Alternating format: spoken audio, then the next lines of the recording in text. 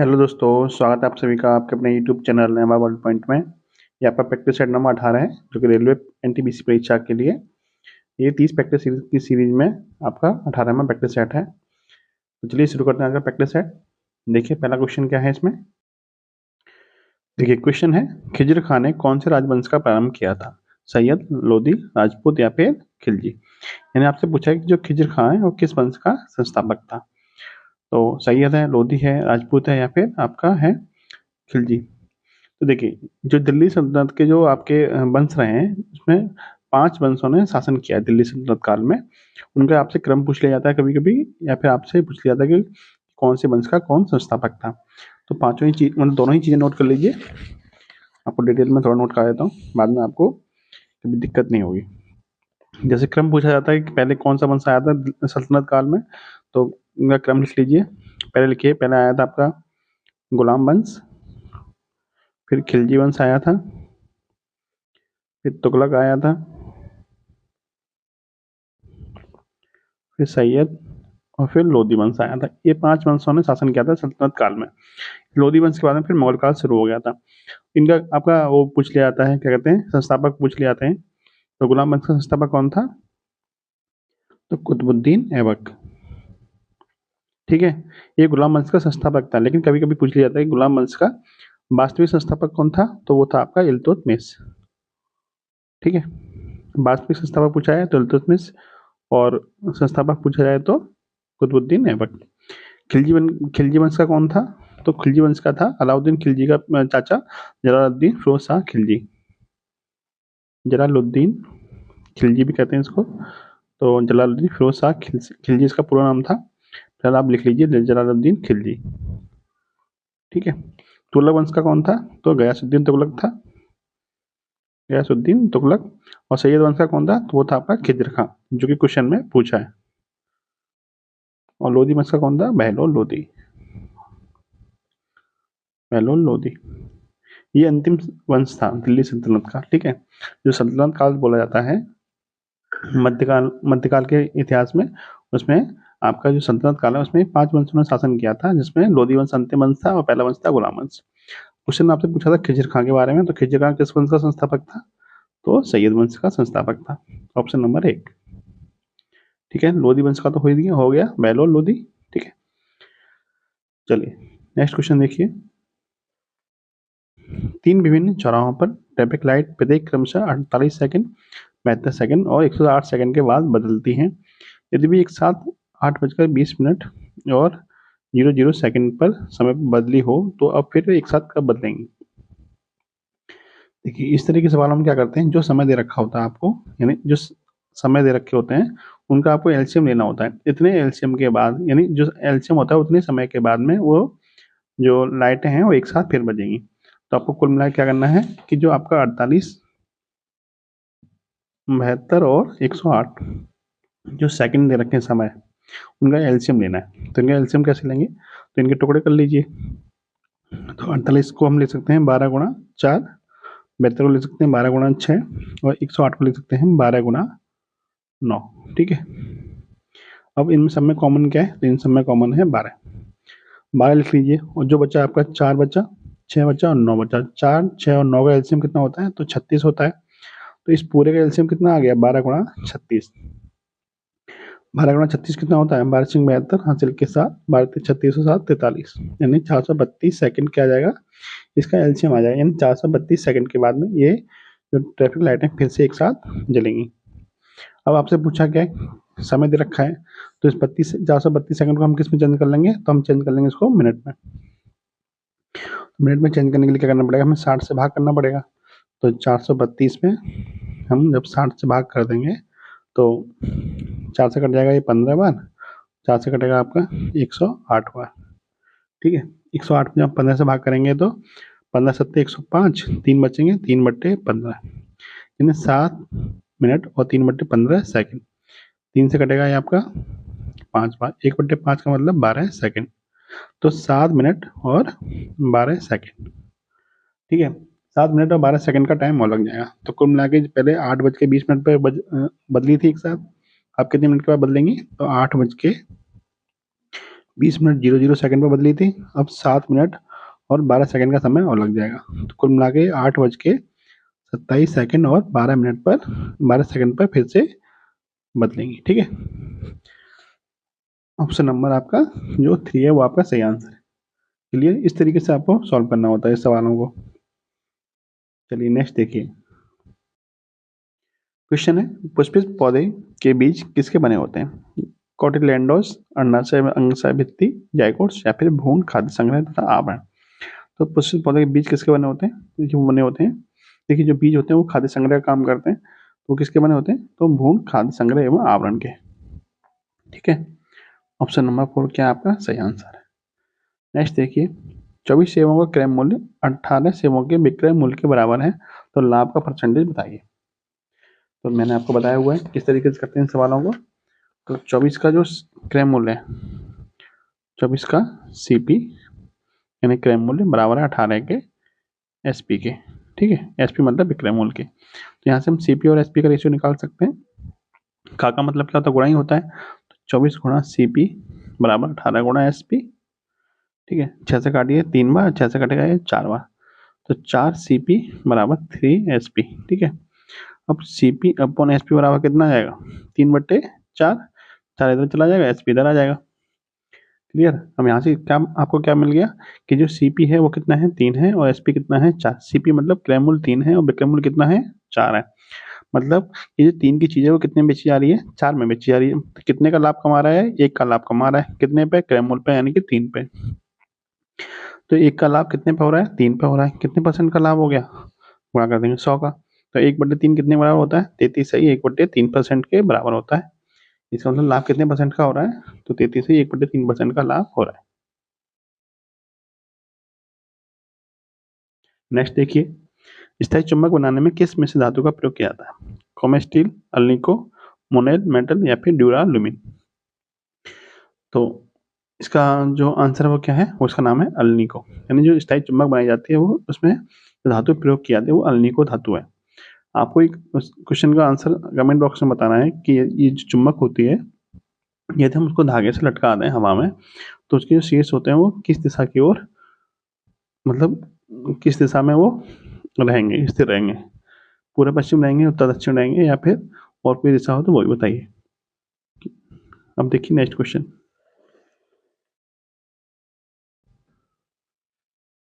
Question है का खा की तुलना में दोगुनी गति से चलता है और खा गा की तुलना में तिगुनी गति से चलता है। गा 1.5 घंटे में जितनी दूरी तय करता है उतनी दूरी का कितने देर में तय करेगा, ये आपसे पूछा है। देखिए 3 व्यक्ति हैं, कौन कौन? का है, खा है और गा है। इनकी चालों का अनुपात निकाल लेंगे हम पहले, फिर वहां से हम समय का अनुपात भी निकाल लेंगे। देखिए पहली कंडीशन में कह रहा है कि जो का है वो खा की तुलना में दोगुनी गति से चलता है। यदि खा एक की गति सॉरी यदि खा एक की गति से चल रहा होगा तो का कितनी गति से चल रहा होगा? 2 की गति से, क्योंकि खा की गति क्या है? दुगनी है। अब दूसरी कंडीशन देखिए, खा गा की तुलना में तिगुनी गति से चलता है। यदि गा 1 की गति से चल रहा होगा तो खा कितनी गति से चल रहा होगा? 3 की गति से चल रहा होगा। अब इन तीनों का संयुक्त अनुपात निकाल लीजिए। कैसे निकालते हैं? तो जो जगह खाली बची है उसको सामने वाली जगह से भर दीजिए। जैसे 1 के सामने जगह खाली थी तो 1 लिख दीजिए, 3 के सामने जगह खाली थी 3 लिख दीजिए। ठीक है, अब इनका आपस में गुणा कर दीजिए। 2 तिया 6, 3 एकम 3, 1 एकम 1। ये इनके चाल का अनुपात निकल के आ गया, यानी कि का खा और गा की चाल का अनुपात कितना है? 6, 3 और 1। क्लियर, अब आपको बोला है कि जो 1.5 घंटे में गा है जितनी दूरी तय करता है उतनी ही दूरी का कितनी देर में तय करेगा। तो आपको पता है कि चाल का और समय का अनुपात क्या होता है? उल्टा होता है। यहाँ से आपको क्या मिल गया? यहाँ से आपको का और गा की चाल का अनुपात कितना मिल गया? 6:1। ये तो मिला, 6 का है और गा का 1 है। ये किसका है? चाल का अनुपात है। तो समय का अनुपात क्या होगा? समय का अनुपात हो जाएगा इनका उल्टा, यानी कि 1:6। ये तो हुआ। अब गा कितने समय में दूरी तय कर रहा है? 1.5 घंटे में। 1.5 घंटे का मतलब कितना होता है? 90 मिनट होता है। तो 6 यूनिट की वैल्यू कितनी है? 90 मिनट है। तो 1 की यूनिट की वैल्यू पूछिए आपसे, यानी का समय पूछा है, तो 1 की वैल्यू कितनी होगी? 90 में 6 से भाग कर देंगे, कितना आ जाएगा? 15 मिनट। यानी जितनी दूरी को 1.5 घंटे में गा तय करता है उतनी दूरी को जो का है वो कितनी मिनट में तय कर देगा? 15 मिनट में तय देगा। ठीक है, ऑप्शन नंबर 1। चलिए नेक्स्ट देखिए, centre of bird university ranking report 2024 के अनुसार मई 2024 को भारत का कौन सा संस्थान शीर्ष प्रदर्शन करने वाला विश्वविद्यालय है? IIT Kanpur, IIM Lucknow, IIT Bhubaneswar या फिर आईआईएम अहमदाबाद। तो कौन सा शीर्ष पर रहा है? तो वो रहा है आपका आईआईएम अहमदाबाद। नेक्स्ट देखिए, यदि 5x³ प्लस 5x² माइनस के 6x प्लस के 9 को x प्लस 3 से विभाजित किया जाता है तो शेषफल क्या होगा? जब x प्लस 3 से विभाजित करते हैं तो इसका मतलब शेषफल क्या रहेगा? तो हम मान लेते हैं कि x प्लस 3 क्या है, इसका एक गुणनखंड है, तो x प्लस 3 बराबर 0, तो x बराबर कितना मिल जाएगा यहाँ से? माइनस के 3। तो x बराबर माइनस के 3 इसमें रखेंगे तो जो भी हमारा आंसर आएगा वही हमारा क्या होगा? शेषफल होगा। तो रख के देखते हैं, ये 5 है, x³ पे कितना आएगा? माइनस की 3 की पावर 3 प्लस 5x² पे कितना आएगा? माइनस की 3 की पावर 2 माइनस के 6 इंटू माइनस के 3 प्लस के 9। ठीक है, इसको सॉल्व करिए तो ये हो जाएगा 5 माइनस के 3 की पावर 3 का मतलब कितना होता है? माइनस के 27 और प्लस माइनस के 3 के स्क्वायर कितना हो जाएगा? 9 हो जाएगा, तो 5 गुणा 9 माइनस के, ये माइनस है और ये भी माइनस है, माइनस बाहर आएगा तो प्लस का कितना हो जाएगा? 6 या 18 प्लस के 9। सॉल्व करते हैं इसको तो ये कितना हो जाएगा? माइनस का है, 5 का गुणा करेंगे माइनस में तो 27 पंजे 135 माइनस का 135 हो जाएगा, ये 9 पंजे 45 हो जाएगा प्लस के 18 प्लस के 9। तो देखिए ये माइनस का, बाकी सब प्लस के, तो 45 प्लस 18 कितने होते हैं? 63 और 9 72, तो माइनस के 135 प्लस के 72, 135 में से 72 घटाएंगे कितना बचेगा? माइनस के 62। ठीक है, 62 बचेगा, 63 बचेगा, 5 में 2 गए तो 3 बचेगा, 63 बचेगा। ठीक है, माइनस के 63, ऑप्शन नंबर डी। क्लियर? चलिए नेक्स्ट देखिए, जिस प्रकार सद्गुण दया से संबंधित है उसी प्रकार अवगुण का संबंध किससे होगा? देखिए, सद्गुण दया से संबंधित है तो आप इसको ऐसे समझ सकते हैं कि सद्गुण का संबंध किससे है? अवगुण से। तो दया का संबंध किससे होगा? सद्गुण का विलोम अवगुण होता है, दया का विलोम क्या होता है? क्रूरता होता है। Option number 2। नेक्स्ट देखिए, निम्न में से कोयले की सर्वोत्तम किस्म कौन सी होती है? बात हो रही है कोयले की, तो कोयले के 4 प्रकार का कोयला होता है। कौन कौन सा? एंथ्रासाइट, बिटुमिनस, लिग्नाइट और पीट, 4 प्रकार का कोयला होता है। तो सर्वोत्तम कोयला कौन सा होता है? तो मैं उसकी ट्रिक बता देता हूँ आपको। जैसे 4 प्रकार का है, एंथ्रासाइट है, बिटुमिनस है, लिग्नाइट है, पीट है। तो एंथ्रासाइट से ए लिखिए, बिटुमिनस से बी लिखिए, लिग्नाइट से एल लिखिए और पीट से लिखिए पी। तो इनका जो सर्वोच्च जो मतलब उच्चता का क्रम होता है वो इस तरह होता है और घटता क्रम होता है वो इधर होता है। ठीक है, यानी सबसे अच्छा जो कोयला होगा वो कौन सा होगा? ए वाला, पहले वाला, ए मतलब एंथ्रासाइट वाला। सबसे अच्छा कौन सा है? एंथ्रासाइट। सबसे बेकार कौन सा है? पीट। सबसे अच्छा कौन सा है? एंथ्रासाइट। सबसे बुरा कौन सा है यानी बेकार कौन सा है? पीट। अच्छा बुरा किस पर डिपेंड करता है? इसमें उपस्थित कार्बन की मात्रा पर डिपेंड करता है। ठीक है, जितना ज़्यादा कार्बन होगा उतनी ही अच्छा कोयला होगा। तो सबसे अच्छा कौन सा हो गया? सबसे अच्छा हो गया आपका एंथ्रासाइट। आपसे पूछ लिया जाता है कि भारत में सबसे ज़्यादा कौन सा पाया जाता है? तो भारत में सर्वाधिक पाया जाता है, भारत में सर्वाधिक पाया जाता है बिटुमिनस। ठीक है, भारत में सर्वाधिक कौन सा पाया जाता है? भारत में सर्वाधिक पाया जाता है बिटुमिनस। कभी कभी आपसे पूछ लिया जाता है कि भारत का रूट क्षेत्र किसे कहते हैं? भारत का रूट, भारत का रूट क्षेत्र किसे कहते हैं? तो ये कहा जाता है छोटा नागपुर के पठार को। रूर किसको बोला जाता है? रूर एक जर्मनी में क्षेत्र है जहाँ पे कोयला का उत्पादन होता है। तो भारत का रूर किसे कहते हैं? छोटा नागपुर के पठार को, छोटा नागपुर पठार। ठीक है, और जो कोयला कोयला निकलता है वो किस प्रकार की संरचना में निकलता है? तो वो निकलता है गोंडवाना संरचना में, गोंडवाना संरचना में। ठीक है, ये क्वेश्चन बार बार पूछे जाते रहते हैं। किस पे संरचना में? गोंडवाना संरचना में। भारत में सबसे ज़्यादा कोयला कौन सा मिलता है? बिटुमिनस। सबसे अच्छा कोयला कौन सा होता है? एंथ्रासाइट। सबसे बेकार होता है, सबसे बेकार वो होता है आपका पीट। बेकार का सेंस मतलब क्या है कि सबसे कम कार्बन किसमें मिलता है? तो पीट में मिलता है। ठीक है, चलिए नेक्स्ट देखिए, भारत में कंपनी द्वारा नियुक्त अंतिम गवर्नर जनरल कौन था? किसके द्वारा? कंपनी के द्वारा। देखिए 1857 की जब क्रांति हुई थी उसके बाद जो गवर्नर जनरल की नियुक्ति होती होती थी, उसके बाद पद तो गवर्नर जनरल खत्म कर दिया था 1857 क्रांति के बाद, पद बना दिया था वायसराय का। तो 1857 क्रांति से पहले तक जो गवर्नर जनरल की नियुक्ति करती थी वो कंपनी करती थी। कंपनी मतलब ब्रिटिश ईस्ट इंडिया कंपनी करती थी।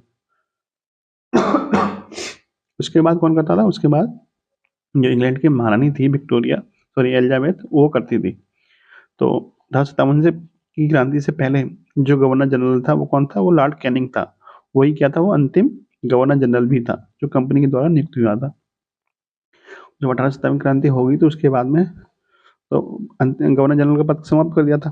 पद कौन सा बनाया गया था? वायसराय का। जिसकी नियुक्ति कौन करता था? तो इंग्लैंड का जो राजा या फिर रानी होती थी वो नियुक्ति करता था। उस समय रानी कौन थी? रानी थी एलिजाबेथ। तो पहला वायसराय कौन बना था? तो पहला वायसराय भी कौन बना? लॉर्ड कैनिंग ही बनाया था। भारत का प्रथम वायसराय कौन था? प्रथम वायसराय लॉर्ड कैनिंग ही था। ठीक है। और अंतिम गवर्नर जनरल भी कौन था? तो लॉर्ड कैनिंग ही था। इसके अलावा और भी क्वेश्चन आपसे पूछ जाते हैं, जैसे विलियम बेंटिंग के बारे में क्वेश्चन पूछा था कि भारत का प्रथम गवर्नर जनरल कौन था? तो वो अभी आपका विलियम बेंटिंग था। वारेन हेस्टिंग्स कौन था? ये बंगाल का पहला गवर्नर जनरल था। बंगाल का पहला गवर्नर जनरल। ठीक है। पूछा जाए आपसे कि बंगाल का पहला गवर्नर कौन था? तो बंगाल का पहला गवर्नर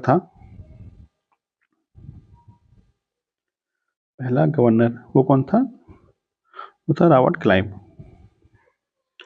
रॉबर्ट क्लाइव। ठीक है। कौन था? Robert Clive. इसके अलावा आपसे पूछ लिया जाता है कि अंतिम गवर्नर जनरल कौन था, मतलब अंतिम वायसराय कौन था भारत का। तो वो 2 पॉइंट हैं, वो भी नोट कर लीजिए।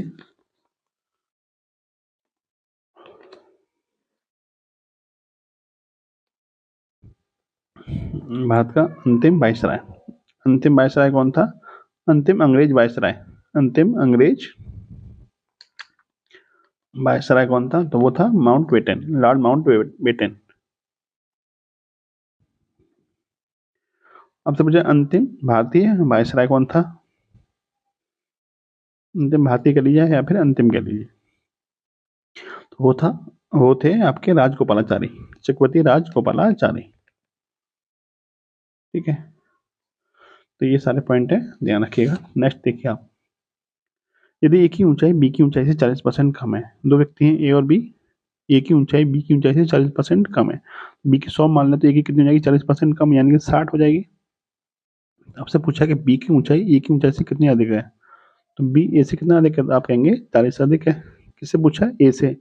तो 40 से अधिक है कितने से? 60 से। कितना परसेंट हो जाएगा? तो 20 दूनी 40, 20 दिया 60, 2/3 कितने परसेंट के बराबर होता है? 66 से ही 2/3% के बराबर होता है। Option number 2।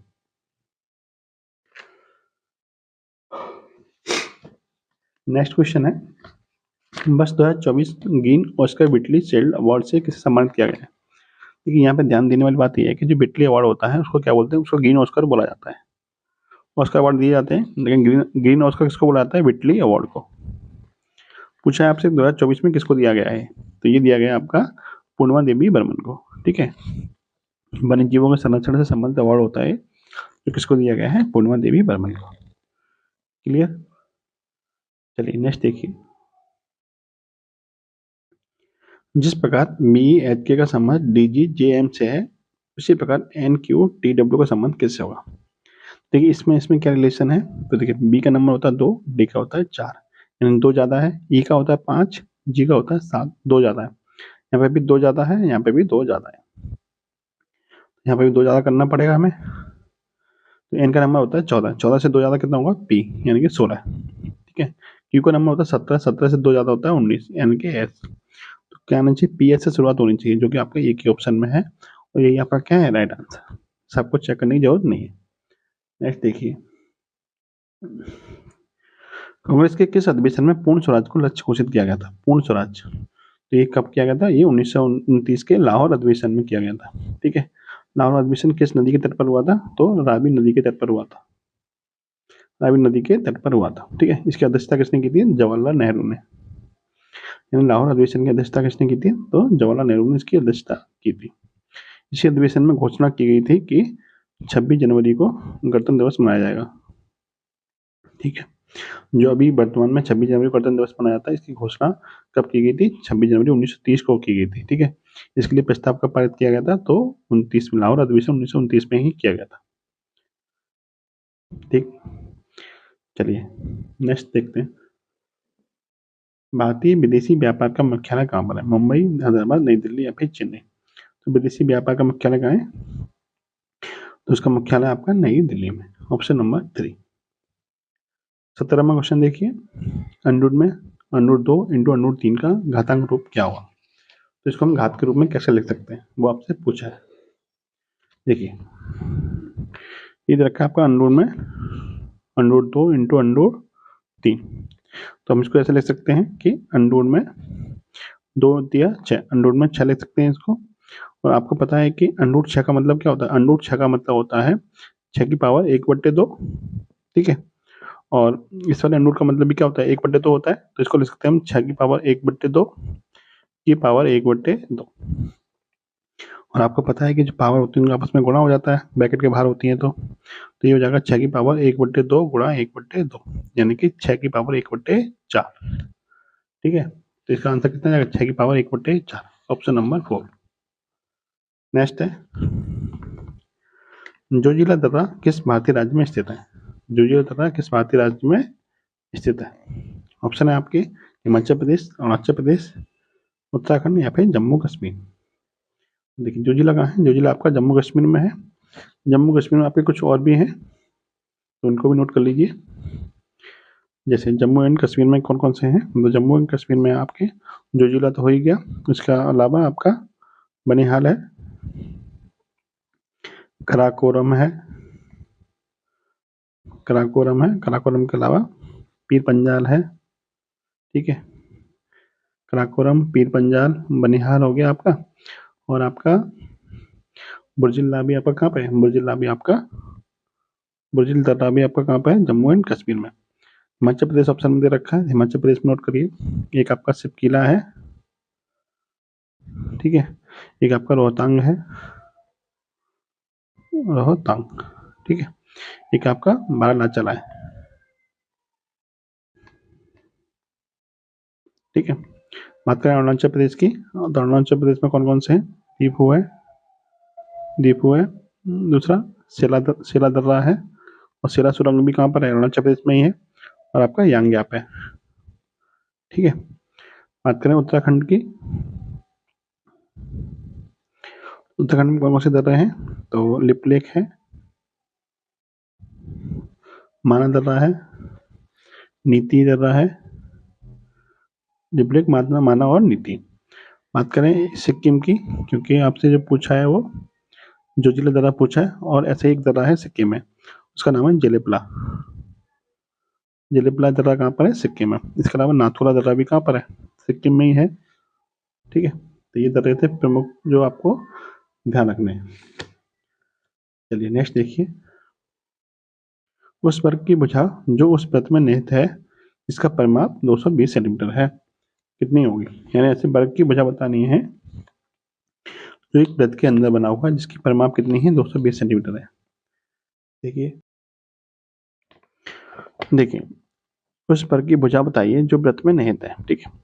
एक व्रत है कोई इस तरह का, इसमें एक वर्ग बना हुआ है, ठीक है। ये मान लीजिए एक वर्ग है, ठीक है। वैसे तो आयत जैसा दिख रहा है, पर एक वर्ग मान लेना है आपको। इस व्रत की परिमाप दे रखी है 220। आपको इस वर्ग की भुजा बतानी है। मान लीजिए इस वर्ग की भुजा कितनी है? ए है। तो आपको ये ध्यान रखना है कि ये जो वर्ग का विकर्ण होगा, ये वाला, ये किसके बराबर होगा? इस व्रत के उसके व्यास के बराबर होगा। किसके बराबर होगा? इस व्रत के व्यास के बराबर होगा, ठीक है। इसके अंदर जो वर्ग बनेगा उसका जो विकर्ण होगा वो इस व्रत के व्यास के बराबर होगा। यदि इस वर्ग की भुजा ए है तो इसका विकर्ण कितना होता है? तो वर्ग की भुजा ए है तो विकर्ण कितना होता है? भुजा √2। तो ये पूरा विकर्ण कितने हो जाएगा? a√2 का हो जाएगा। अब चूंकि ये विकर्ण भी है और व्यास भी है, तो इस व्यास का आधा, यानी कि सेंटर पॉइंट से यहाँ तक की दूरी क्या कहलाएगी? यहाँ सेंटर पॉइंट से यहाँ तक की दूरी इसकी वृत्त की त्रिज्या भी होगी, होगी नहीं होगी? तो इसको हम r मान सकते हैं। और r किसके बराबर होगा? इस पूरी दूरी के आधे के बराबर होगा। तो r बराबर हमें यहाँ से कितना मिल जाएगा? a√2 का आधा। r की वैल्यू यही तो हुई। अब आपको दे रखा है कि जो वृत्त है इसकी परिमाप दे रखी है 220 सेंटीमीटर, और वृत्त की परिमाप होती क्या है 2 पाई r।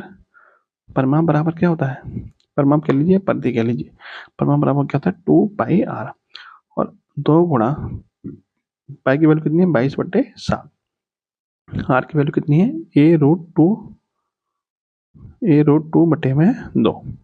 ठीक है, ये परिमाप किसके बराबर है 220 के बराबर है। और सॉल्व कर लेंगे, यहाँ से हम a की वैल्यू निकाल लेंगे। a क्या है वर्ग की भुजा, वर्ग की भुजाई तो पूछी थी।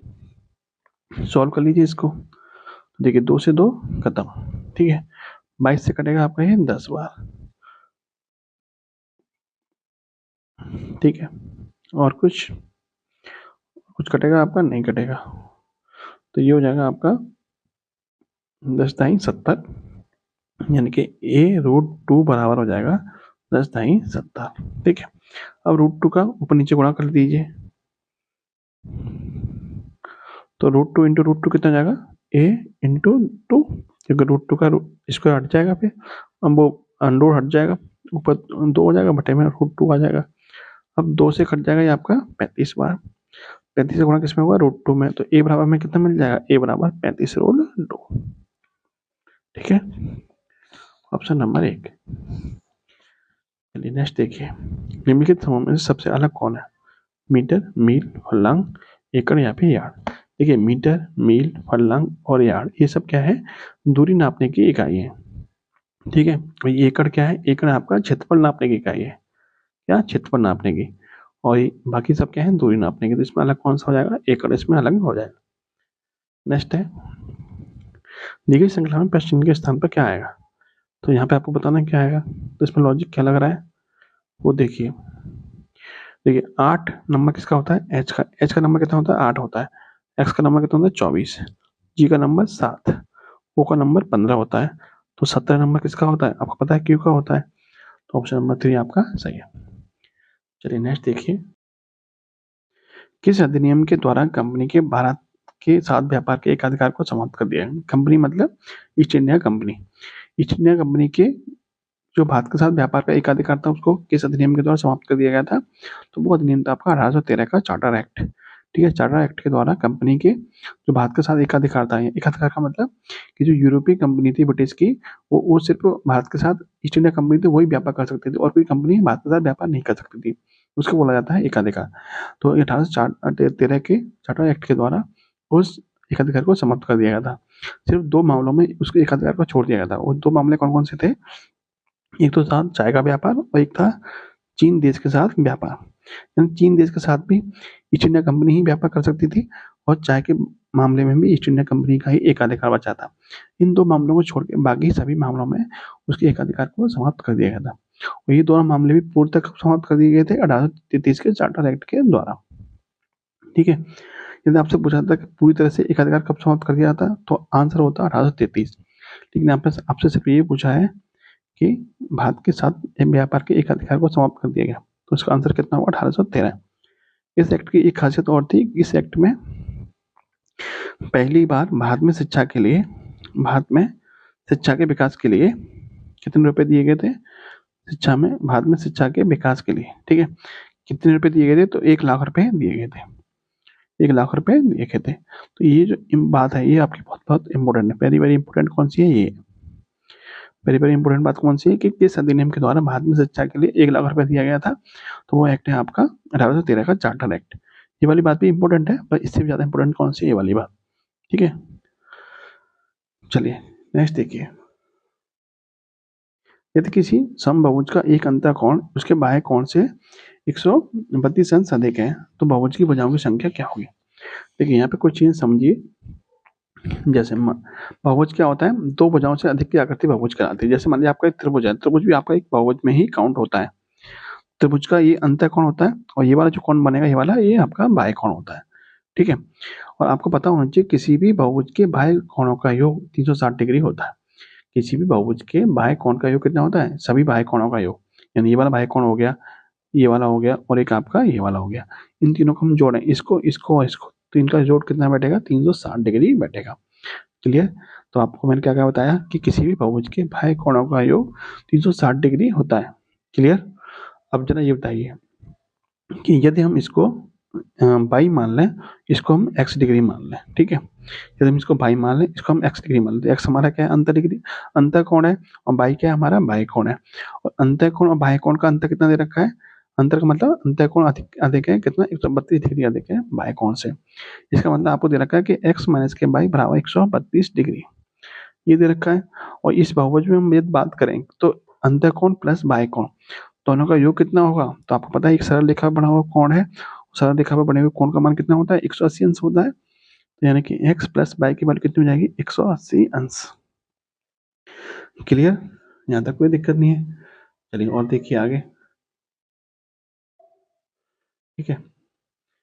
अब यहाँ से हम क्या निकाल लेंगे, हम यहाँ से बाई की वैल्यू निकाल लेंगे, बाई मतलब बाह्य कोण की वैल्यू, क्योंकि हमें बाई की वैल्यू निकालेंगे तो हमें थोड़ा आसान पड़ जाएगा। तो बाई की वैल्यू कैसे निकालते हैं, तो मैंने आपको और भी प्रैक्टिस सेट में बताया था कि जब भी इस तरह का समीकरण बने तो जो माइनस वाली संख्या होती है उसको कैसे निकालते हैं, तो बाई की वैल्यू निकालने के लिए क्या करते हैं, दोनों का अंतर कर दीजिए, फिर बटे में 2 कर दीजिए।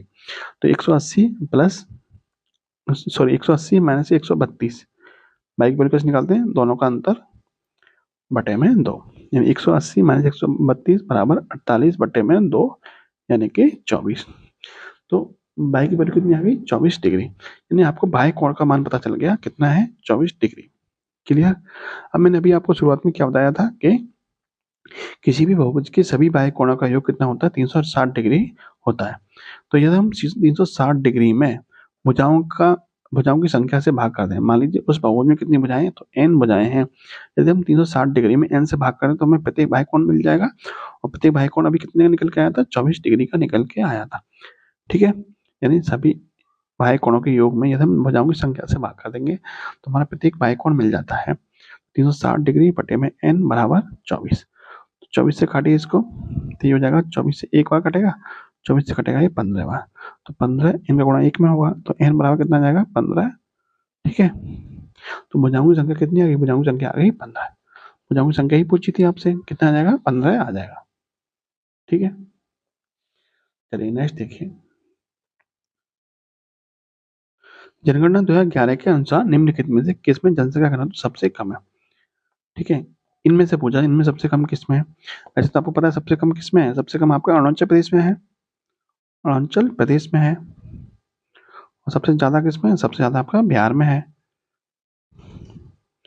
लेकिन आपसे पूछा इन चारों ऑप्शन में सबसे कम किस में है, तो देखिए सबसे ज्यादा बिहार में है, दूसरे नंबर पे आपका पश्चिम बंगाल है, तीसरे नंबर पे केरल और चौथे नंबर पे क्या है, उत्तर प्रदेश है। तो इन चारों ऑप्शन के हिसाब से सबसे कम किस में है, सबसे कम आपका उत्तर प्रदेश में है, ठीक है। तो कितना है उत्तर प्रदेश में, तो 828 है।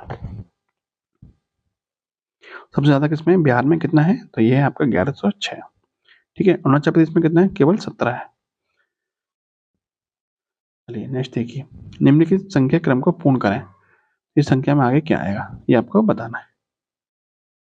देखिए इसमें क्या लॉजिक लगाया है कि 2 से, ये 2 है, 5 है, 10 है, 17 है, 26 और 37, इसमें लॉजिक क्या लगा है, 2 कैसे बना हुआ है, 2 बना हुआ है 1 का स्क्वायर प्लस का 1, 5 बना हुआ है 2 का स्क्वायर प्लस का 1, 10 बना है 3 का स्क्वायर प्लस का 1, यानी वर्ग करके एक जोड़ा गया, यहाँ पर 4 का स्क्वायर प्लस 1, 5 का स्क्वायर प्लस 1, या 6 का स्क्वायर प्लस 1, तो आगे कितना आएगा, 7 का स्क्वायर प्लस के 1, 7 का स्क्वायर कितना होता है, 49 होता है, 49 प्लस 1 कितना हो जाएगा, 50। तो आगे आने वाली संख्या कितनी होगी, आगे आने वाली संख्या होगी आपकी 50, ठीक है। चलिए इसको देखिए, यदि किसी निश्चित कोड भाषा में बैन को डीसीपी होता है तो पारा का कोड क्या होगा, बैन से डीसीपी कैसे बना है, तो बी का नंबर होता है 2, डी का नंबर होता है 4, यानी 2 जोड़ा गया है, ए का नंबर 1 होता है, सी का नंबर होता है 3, तो कितना जोड़ा गया, 2 जोड़ा गया, यहाँ पे भी आपका 2 जोड़ा गया है, यानी कि +2 किया गया है। तो पी का नंबर होता है 16, 16 में 2 जोड़ेंगे कितना आएगा, 18 है, 18 नंबर होता है आर का, ठीक है। और ए का नंबर होता है 1, 1 में 2 जोड़ेंगे कितना आएगा, सी, यानी कि 3 आएगा, 3 का मतलब सी, आर के बाद में कितना आएगा, सी आएगा, जो कि आपको सिर्फ ऑप्शन नंबर 4 में ही दिया हुआ है। नेक्स्ट है, विश्व मौसम विज्ञान संगठन का मुख्यालय कहाँ पर है, तो इसका मुख्यालय कहाँ पर है, इसका मुख्यालय आपका जिनेवा में है। जिनेवा कहाँ पड़ता है, तो स्विट्जरलैंड में पड़ता है जिनेवा। जिनेवा में आपके और भी मुख्यालय हैं, जैसे कि आपका WTO यानी विश्व व्यापार संगठन, दूसरा WHO यानी कि विश्व स्वास्थ्य संगठन, और तीसरा है आपका ILO यानी इंटरनेशनल लेबर ऑर्गेनाइजेशन यानी कि अंतर्राष्ट्रीय श्रम संगठन का मुख्यालय भी कहाँ है? जेनेवा में। मॉन्ट्रियल की बात करें तो मॉन्ट्रियल में किसका मुख्यालय? अंतर्राष्ट्रीय उड्डयन मंत्रालय कहाँ पर है? तो सॉरी, अंतर्राष्ट्रीय उड्डयन मुख्यालय कहाँ पर है? वो आपका मॉन्ट्रियल में। वाशिंगटन डीसी में किसका मुख्यालय? विश्व बैंक और IMF का मुख्यालय कहाँ पर है? कहाँ पर है? तो इसका वाशिंगटन डीसी में। और रोम में किसका मुख्यालय? रोम में आपका FAO यानी फूड एंड एग्रीकल्चर ऑर्गेनाइजेशन, खाद्य एवं कृषि विभाग का कृषि संगठन का मुख्यालय कहाँ पर है? तो रोम कहाँ पड़ता है? इटली में। ठीक है। और मॉन्ट्रियल में आपको क्या बताया था? अंतर्राष्ट्रीय उड्डयन वाला कहाँ पर है? तो आपका मॉन्ट्रियल में। ठीक है, चलिए नेक्स्ट देखिए। किसी कर या शुल्क के शुद्ध आगमों का निर्धारण एवं प्रमाणन कौन करता है? किसी कर या शुल्क के शुद्ध आगमों का यानी टैक्स बढ़ाने या घटाने का काम कौन करता है? तो वो करता है आपके टैक्स बढ़ाने या घटाने का नहीं, शुद्ध आगमों का निर्धारण कौन करता है और उसको प्रमाणित कौन करता है? वो करता है आपका कैग। कैग मतलब CAG मतलब नियंत्रक एवं महालेखा परीक्षक। बात करें CAG की, तो CAG का उल्लेख किस अनुच्छेद में है? तो अनुच्छेद आपका 148 में है। और वर्तमान में CAG कौन है? तो वर्तमान में CAG आपके हैं are Venkat Ramani. Sorry, are Venkat रमणी नहीं, आपके CAG आपके वो तो आर वेंकट रमणी तो आपके AG हैं। AG मतलब अटॉर्नी जनरल, महान्यायवादी। ये नाम थोड़े कंफ्यूज करते हैं। महान्यायवादी कौन है आपके? आर वेंकट रमणी है। बात हो रही है CAG की यानी कि महालेखा परीक्षक की। तो CAG वर्तमान में कौन है? अभी नवंबर में चेंज हो गए, नवंबर 2024 में। उनका नाम है संजय मूर्ति। ठीक है, पहले इनसे पहले कौन थे? तो इनसे पहले के वेणुगोपाल थे, वो चेंज हो गए। और सॉरी, इनसे पहले थे गिरीशचंद्र मुर्मू, वो चेंज हो गए। के वेणुगोपाल यहाँ पे थे। तो संजय मूर्ति अभी नए बने हैं, तो नाम ध्यान रखिएगा। अभी नवंबर में ही इनकी पोस्टिंग हुई है। ठीक है, तो ये ध्यान रखिएगा। बात करें महान्यायवादी की, तो अभी कौन है? आर वेंकट रमणी है और इनका उल्लेख किस अनुच्छेद में? अनुच्छेद नंबर 76 में। ठीक है, दोनों ही आपके क्या कंफ्यूज करते हैं, थोड़ा ध्यान रखिएगा। चलिए नेक्स्ट देखिए। 30 व्यक्ति एक कार्य को 40 दिन में पूरा कर सकते हैं, परंतु 24 दिनों के बाद में 30 व्यक्तियों में से कुछ ने कार्य छोड़ दिया। बाकी बचे हुए लोगों ने कार्य को पूरा करने के लिए 40 दिन और लिए। कार्य छोड़ने वाले व्यक्तियों की संख्या क्या थी? देखिए, जब भी इस तरह के सवाल आते हैं ना, उसमें हम शेष कार्य की तुलना करते हैं, यानी बचा हुआ कार्य बराबर शेष कार्य है। तो इस तरीके से हम तुलना करते हैं। जो शुरू में कितने व्यक्ति थे? 30 व्यक्ति थे और 40 दिन में टारगेट पूरा करना था। 24 दिन के बाद में 30 व्यक्तियों में से कुछ व्यक्ति छोड़ के चला गया। यदि 30 व्यक्ति छोड़ के नहीं जाते, मतलब 30 व्यक्तियों में से कुछ व्यक्ति छोड़ के नहीं जाते, तो काम कितने दिन में पूरा हो जाता? तो देखिए, 30 व्यक्ति थे और काम कितने दिन में खत्म कर देते? तो 24 दिन तो हो चुके थे, शेष दिन कितने बचे? 16 दिन। यानी जो शेष काम बचा वो 16 दिन में खत्म हो जाता 30 व्यक्तियों के द्वारा। अब इसी काम को किसने किया?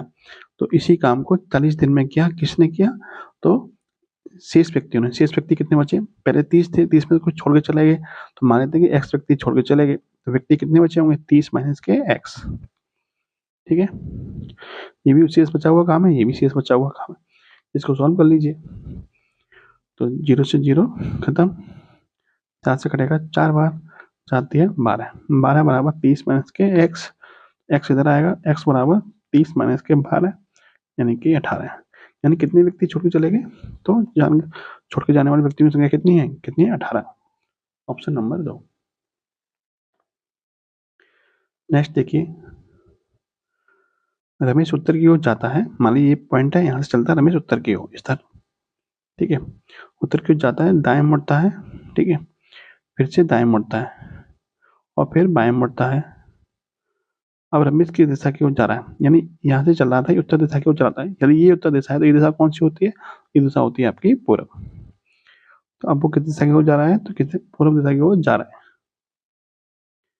देखिए क्वेश्चन है, एक फोटोग्राफ की ओर संकेत करते हुए सविता कहती है, किसकी ओर? फोटोग्राफ की ओर संकेत करते हुए सविता क्या कहती है? कि वह मेरे दादा के एकमात्र बेटे का बेटा है। देखिए सप्ता क्या कह रही है, मेरे दादा के एकमात्र बेटे। मेरे दादा का एकमात्र बेटा कौन होगा, मेरा पिता।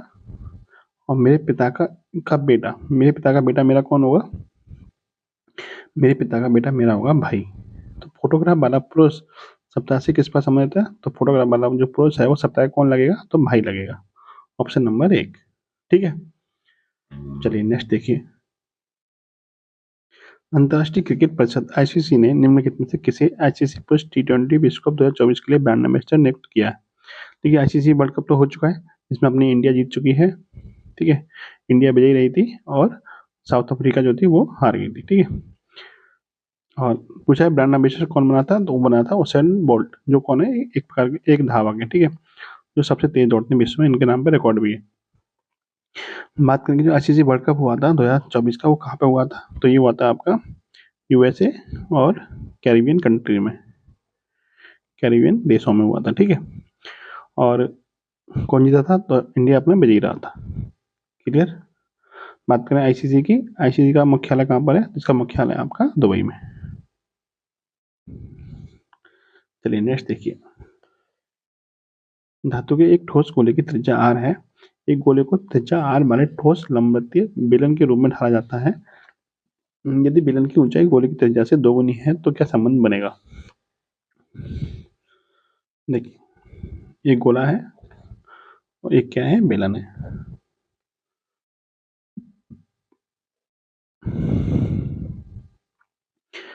आपसे बोला है कि ठोस गोले की त्रिज्या r है, इसकी त्रिज्या कितनी है, इसकी त्रिज्या r है, और गोले को त्रिज्या r वाले ठोस लंबवतीय बेलन, बेलन की त्रिज्या कितनी है, त्रिज्या इसकी है कैपिटल R में ढाला जाता है। यदि बेलन की ऊंचाई गोले की त्रिज्या की दोगुनी है, बेलन की ऊंचाई कितनी है, गोले की त्रिज्या की दोगुनी यानी 2r है, तो इनमें क्या संबंध बनेगा। देखिए गोले से बन क्या रहा है, बेलन बन रहा है, इसका मतलब दोनों का जो आयतन होगा वो समान होगा, क्योंकि इसको ही पिघला के ये बन रहा है, तो आयतन दोनों का समान रहेगा। तो गोले का आयतन कितना होता है, गोले का आयतन होता है 4/3 पाई r3, और इसका आयतन कितना होता है, इसका आयतन होता है पाई r² h। r कितना है इसका, कैपिटल R है, h कितना है 2r है। ठीक है, ये दोनों क्या होंगे, बराबर बराबर होंगे, क्योंकि इसी को पिघला के ये बन रहा है, बस बराबर बराबर रख दीजिए। देखिए सॉरी, दो से कटेगा ये 4, 2 बार कटेगा, पाई से पाई खत्म। अब कितना बचा, यहाँ बचा 2/3 r3, और यहाँ बचा आपका r² इंटू स्मॉल r। एक r से आपका एक r खत्म हो जाएगा, यहाँ कितना बचेगा, यहाँ 2 बचेगा। क्लियर। अब देखिए बड़े r की वैल्यू पूछिए आपसे। ठीक है, तो बड़े r में हमें चेंज करना पड़ेगा इसको, तो यहाँ बचेगा r² बराबर 2/3 r²। अब इसका हम वर्गमूल लेंगे, तो यहाँ पे r बराबर क्या मिल जाएगा, इसका वर्गमूल लेंगे तो ये 2/3 तो अंदर बचेगा, और जो r² है उसका वर्गमूल बाहर आ जाएगा r। ठीक है, यानी ये हमारा आंसर आना चाहिए था, लेकिन ऐसा कोई ऑप्शन है नहीं है। ठीक है, ऐसा ऑप्शन नहीं है, तो ऑप्शन के हिसाब से हमें चेंज करना पड़ेगा। तो ऑप्शन के हिसाब से हम चेंज करेंगे, तो इसमें ऊपर नीचे क्या कर रहे हैं, 3 से गुणा कर सकते हैं। 3 से यदि हम इसमें ऊपर नीचे गुणा कर देंगे तो ऊपर बचेगा आपका √6, नीचे 3 का वर्गमूल बाहर आ जाएगा 3, गुणा कितना आ जाएगा r का, बराबर मिल जाएगा कैपिटल R के। ये आपका क्या है, ऑप्शन में मैच कर रहा है। देखिए कौन से ऑप्शन में, ऑप्शन नंबर 4 में दिया हुआ है, ऑप्शन नंबर 4 में आपका दिया हुआ है। ठीक है, तो अपना 4 नंबर जो ऑप्शन है वो आपका सही आंसर है। नेक्स्ट देखिए, इंडियन फिलोसफी पुस्तक के लेखक कौन है। तो इंडियन फिलोसफी पुस्तक के लेखक कौन है, तो सर्वपल्ली राधाकृष्णन है, जो कौन है, भारत के पहले उपराष्ट्रपति। प्रथम उपराष्ट्रपति भी कौन है, यही है, प्रथम उपराष्ट्रपति भी यही है, और द्वितीय राष्ट्रपति भी यही है। ठीक है, इनका जन्मदिवस मनाया जाता है 5 सितंबर को। 5 सितंबर को किस रूप में मनाते हैं, 5 सितंबर को मनाते हैं राष्ट्रीय शिक्षक दिवस के रूप में, राष्ट्रीय शिक्षक दिवस के रूप में। ठीक है, और यही पहले व्यक्ति थे जिनको भारत रत्न दिया गया था। पहले व्यक्ति का मतलब जैसे 1954 में 3 लोगों को भारत रत्न मिला था। ठीक है, आप इनको चाहे पहला मान लीजिए या फिर तीनों को एक साथ मान सकते हैं। तो इनको भारत रत्न पूछा जाए तो कब मिला था, तो इनको भारत रत्न मिला था, भारत रत्न 1954 में। ठीक है, 1954 में। क्लियर। चलिए नेक्स्ट देखिए, यहाँ दिए गए चित्र को किनारों से मोड़कर एक घन बनाया गया है उस विकल्प का पता लगाएं जो इस प्रकार के बने घन की सतहों को सही ढंग से दर्शाता है, यानी इसको मिला के कौन सा इसमें बन सकता है। तो इसमें लॉजिक क्या काम करता है कि ये वाली आकृति इसके विपरीत बनती है, ये वाली आकृति इसके विपरीत, यानी ये इसके विपरीत होती है, ये वाली इसके विपरीत होती है और ये वाली इसके विपरीत होती है। और दूसरा लॉजिक इसमें क्या काम करता है कि दो विपरीत सतहें कभी भी एक साथ दिखाई नहीं देती है, दो विपरीत सतह कभी भी एक साथ दिखाई नहीं देती है, यानी कि क्रॉस और जो ये है ब्लैक स्पॉट ये आपका एक साथ दिखाई नहीं देगा, प्लस और ये रेक्टेंगल सर्किल और ये इस तरह की आकृति एक साथ दिखाई नहीं देनी चाहिए। तो चेक करिए कौन सा दिखाई नहीं देती है। तो देखिए क्रॉस और ब्लैक स्पॉट आपका इसमें एक साथ दिखाई दे रहा है, ये वाला, तो ये आकृति आपकी कभी भी नहीं बनेगी। दूसरा चेक करिए सर्किल और ये वाला आकृति, सर्किल और ये वाली आकृति एक साथ दिखाई नहीं देनी चाहिए, क्योंकि आपकी इसमें दिखाई दे रही है तो ये भी नहीं बनेगी, जो कि इसमें भी दिखाई दे रही है तो ये भी नहीं बनेगी। एक ही आकृति बनी जो कि इन तीनों इनको मिक्स करके बन सकती है। ठीक है, इस तरीके से आप इसको निकाल सकते हैं। चलिए नेक्स्ट देखिए, वर्ष 2024 में विश्व बैंक के समूह ने किस भारतीय को अपने आर्थिक सलाहकार पैनल का सदस्य नियुक्त किया है। आर्थिक सलाहकार पैनल का सदस्य किसे नियुक्त किया है? अमिताभ कांत, राकेश मोहन, अजय सिंह या फिर शशि प्रसाद। तो विश्व बैंक ने किसको नियुक्त किया है? तो उसको किया है राकेश मोहन को। विश्व बैंक के बारे में बता चुका हूँ, इसका मुख्यालय कहाँ है? वाशिंगटन डीसी में, वाशिंगटन डीसी में इसका मुख्यालय है। ठीक है, चलिए नेक्स्ट क्वेश्चन देखिए, आपको बताना है कि पक्षी, मछली और मुर्गी के बीच में संबंध दर्शाने वाला इनमें से कौन सा बयान आरेख है। तो आपको पता है मुर्गी क्या एक प्रकार की पक्षी होती है, मुर्गी एक प्रकार क्या है? पक्षी है, मछली क्या है? अलग हो जाएगी। इस तरीके का डायग्राम आपका बनेगा जो आपका ऑप्शन नंबर 1 में दिया है। नेक्स्ट है, कोई नाविक धारा के अनुदेश 48 मिनट में 12 किलोमीटर जाता है और 1 घंटा 20 मिनट में वापस आता है। शांत जल में नाविक की चाल कितनी रहेगी? आपको पता है कि यदि हम नाविक की चाल मान लें x और धारा की चाल मान लें y, नाविक की चाल x, धारा की चाल मान लें y, तो धारा के अनुदेश चाल कितनी जाएगी? x प्लस y, और प्रतिकूल दिशा में चाल हो जाएगी आपकी x माइनस के y। ये तो आपको पता ही होगा इतना तो। अब आपको पता है कि 4 बराबर क्या होता है? दूरी बट्टे 4 बराबर दूरी बट्टे समय। अब दूरी कितनी दे रखी है? 12 किलोमीटर, 12 किलोमीटर जा रहा है, 12 किलोमीटर ही लौट के आ रहा है, तो x प्लस y यानी धारा के अनुदिश दिशा में 4 बराबर दूरी बट्टे समय। दूरी कितनी है? 12 किलोमीटर, समय कितना है? 48 मिनट। मिनट को हम घंटे में चेंज कर लेंगे तो 60 से भाग करेंगे, भाग करने का मतलब ऊपर गुना हो जाएगा। ठीक है, यानी ये हो जाएगा आपका 12 चौक 48, 12 पंजे 60, 4 से कटेगा 3 बार, 3 पंजे 15, यानी x प्लस y की वैल्यू मिल गई आपको 15। ऐसे हम x माइनस के y यानी प्रतिकूल दिशा में देखें तो प्रतिकूल दिशा में आपका 4 बराबर दूरी बट्टे समय, यानी कि 12 बट्टे समय कितना लग रहा है? 1 घंटा 20 मिनट। 1 घंटा 20 मिनट का मतलब 80 मिनट। 80 मिनट को हम घंटे में चेंज करेंगे तो 60 से भाग करेंगे, 60 से भाग करने का मतलब नीचे ऊपर गुणा करना होता है।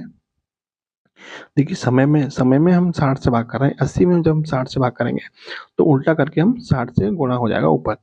ये चीज़ आपको पता होनी चाहिए। 20 से कटेगा 3 बार, 20 से कटेगा आपका 4 बार, 4 से कटेगा 3 बार, 3 इंटू 3 कितना हो जाएगा? 9। तो यहाँ से आपको क्या मिल गया? x प्लस वाई की वैल्यू मिल गई आपको 15, x माइनस के वाई की वैल्यू मिल गई 9। पूछा क्या था? नाभिक की चाल यानी x की वैल्यू पूछी है। तो जब इस तरीके से समीकरण है तो x की वैल्यू कैसे निकालेंगे? x की वैल्यू होती है, दोनों को जोड़ के आधा कर दीजिए, 15 प्लस 9 बट्टे में 2, यानी 15 9 24, 24 बट्टे में 2 कितना जाएगा? 12, 12 किलोमीटर प्रति घंटा। नाभिक की चाल कितनी जाएगी? 12 किलोमीटर प्रति घंटा, ऑप्शन नंबर 1। चलिए नेक्स्ट देखिए, दिए विकल्पों में से चित्र 3 किससे ठीक उसी प्रकार संबंधित है जैसा चित्र 2 चित्र 1 से संबंधित है। ठीक है, यानी इन दोनों में जो संबंध है वही इन दोनों में संबंध होना चाहिए। तो इन दोनों में क्या संबंध है? देखिए ये दोनों जो आकृति अंदर की बनी हुई है वही आकृति इस दिशा में बनी हुई है, यानी जिस दिशा में ये है उसी दिशा में आपकी ये बनी हुई है। तो यहाँ पे भी आपकी सेम दिशा में होनी चाहिए, जो कि आपकी इसमें है और इसमें, इन दोनों में नहीं है। ठीक है, ये दोनों तो आपके आंसर नहीं होंगे। दूसरा लॉजिक क्या है आपका? देखिए यहाँ पे क्रॉस था तो एक स्थान छोड़ के आपका यहाँ पे क्रॉस आया है। ठीक है, तो यहाँ पे आपका क्या है? जेड है, तो एक स्थान छोड़ के यहाँ पे जेड आना चाहिए इस वाली लाइन पे, जो भी आकृति आपकी यहाँ पे आएगी उसमें इस तरफ जेड आना चाहिए, जो कि आपका सिर्फ ऑप्शन नंबर 2 में दिखाई दे रहा है। ठीक है, इस तरीके से आप इसको एलिमिनेट कर सकते हैं और आंसर निकाल सकते हैं। चलिए नेक्स्ट देखिए,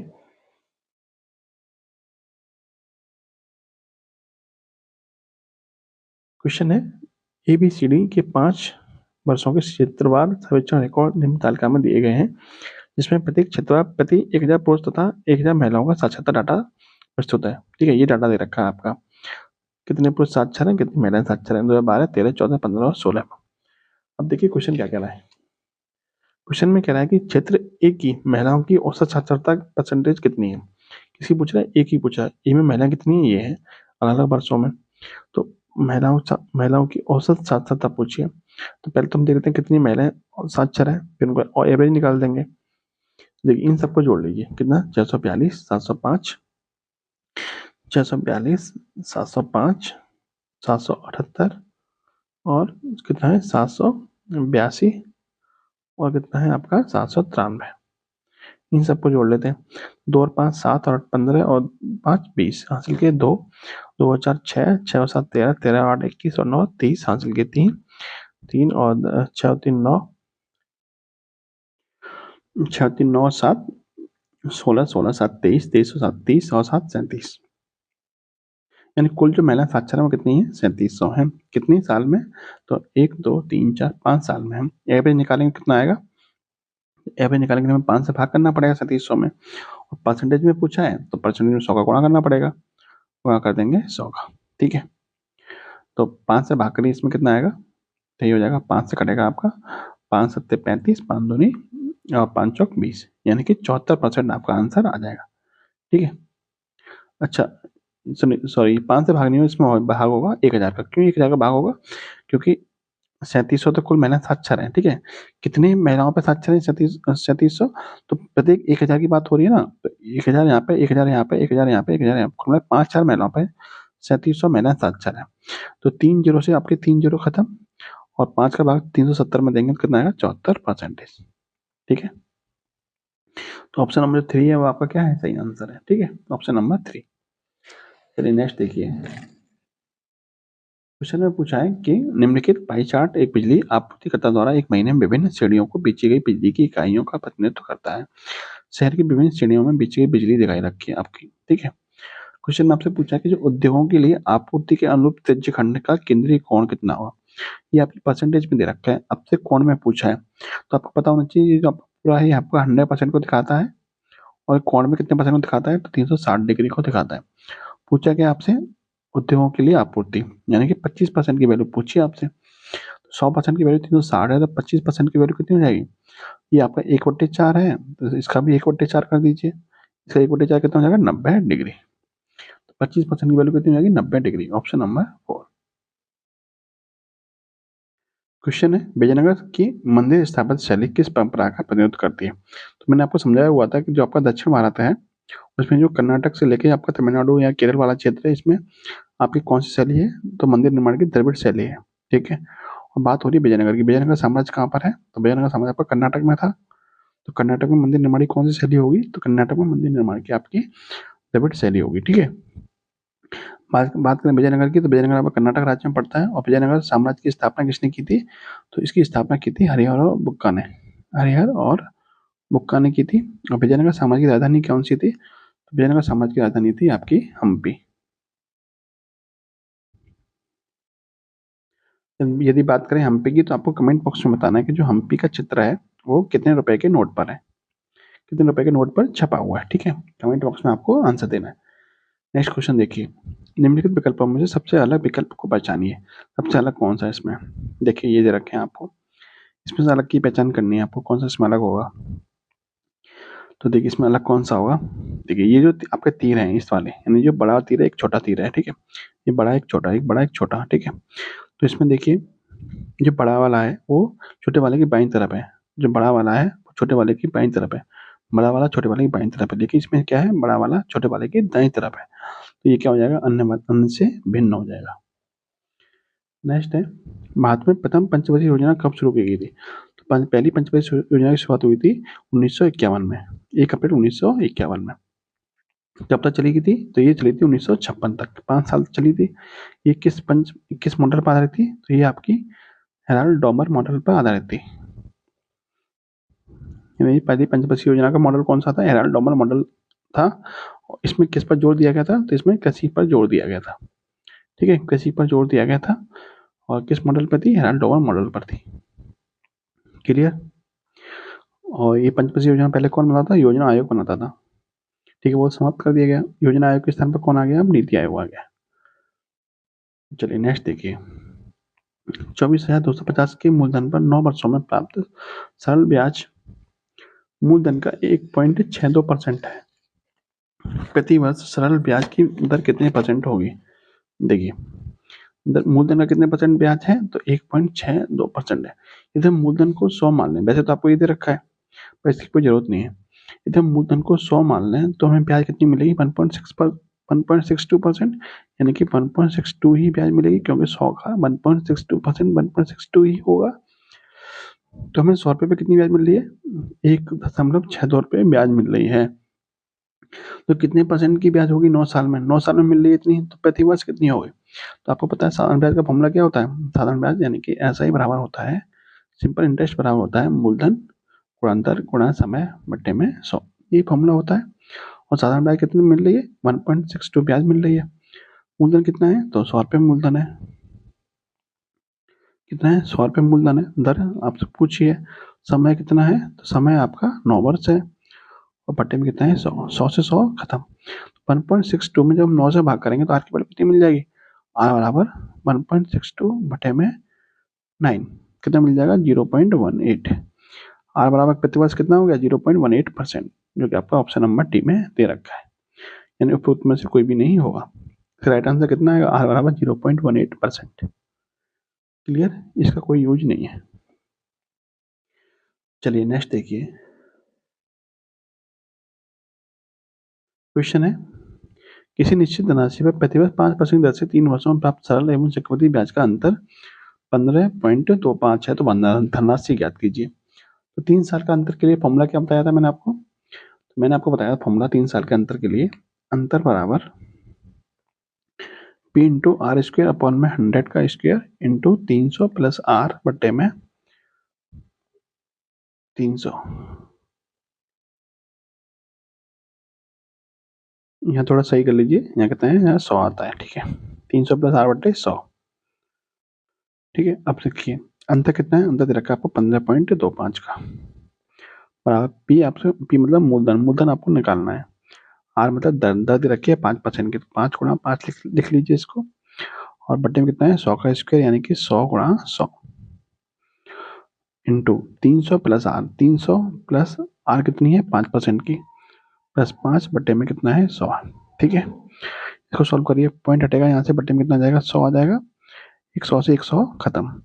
25 25 25 से 100 कितना कटेगा? 4 बार कटेगा। ये कितना दे रखा है? 1525 इधर रहेगा आपका, इधर बचेगा आपका पी, ऊपर बचेगा, बटे में आपका 4 बचेगा, गुणा 300 प्लस 5, 305 बटे में 100। ठीक है, आगे देखिए, 305 से 1525 कटेगा 5 बार। अब पी की वैल्यू कितनी आ जाएगी? पी बराबर आ जाएगा 5 चौक 20 इंटू 100, यानी कि 2000। पी की वैल्यू कितनी आ जाएगी? पी की वैल्यू आ जाएगी 2000। Option number D. ठीक है, चलिए नेक्स्ट देखिए, नेक्स्ट क्वेश्चन है, इसका आकृति का आपको प्रतिबिंब बताना है। ठीक है, दर्पण प्रतिबिंब बताना है क्या बनेगा। इस आकृति का दर्पण प्रतिबिंब क्या बनेगा? तो जो आकृति बनेगी वो आपकी इस तरीके से बनेगी, यानी इस तरीके से आपकी आकृति बनेगी। ये आकृति आपकी किस में है? तो ये वाली आकृति आपको सिर्फ आपको इसी में दिखाई दे रही है। ठीक है, और तो किसी में है नहीं है, यही है। तो ये आपका क्या आंसर भी है। नेक्स्ट देखिए, गुटनिरपेक्ष आंदोलन के 19वें शिखर सम्मेलन 2024 की मेजबानी किस देश ने की है? भारत, दक्षिण अफ्रीका, युगांडा या फिर अजरबैजान? तो इसकी मेजबानी करी है युगांडा ने। युगांडा किस महाद्वीप का देश है? तो दक्षिण अफ्रीका महाद्वीप का, सॉरी अफ्रीका महाद्वीप का देश है युगांडा। युगांडा की राजधानी क्या है? कंपाला। युगांडा की खासियत क्या है? कि ये जो देश है ये आपका विक्टोरिया झील के तट पर स्थित है। विक्टोरिया झील की खासियत क्या है? कि इस झील से होकर आपकी भूमध्य रेखा गुजरती है। ठीक है, भूमध्य रेखा इस झील से होकर गुजरती है।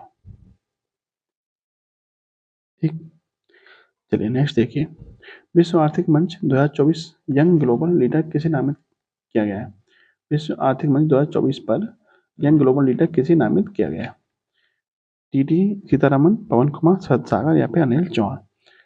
तो विश्व आर्थिक मंच पर यंग ग्लोबल लीडर किसे नियुक्त किया गया है? तो शरद सागर को।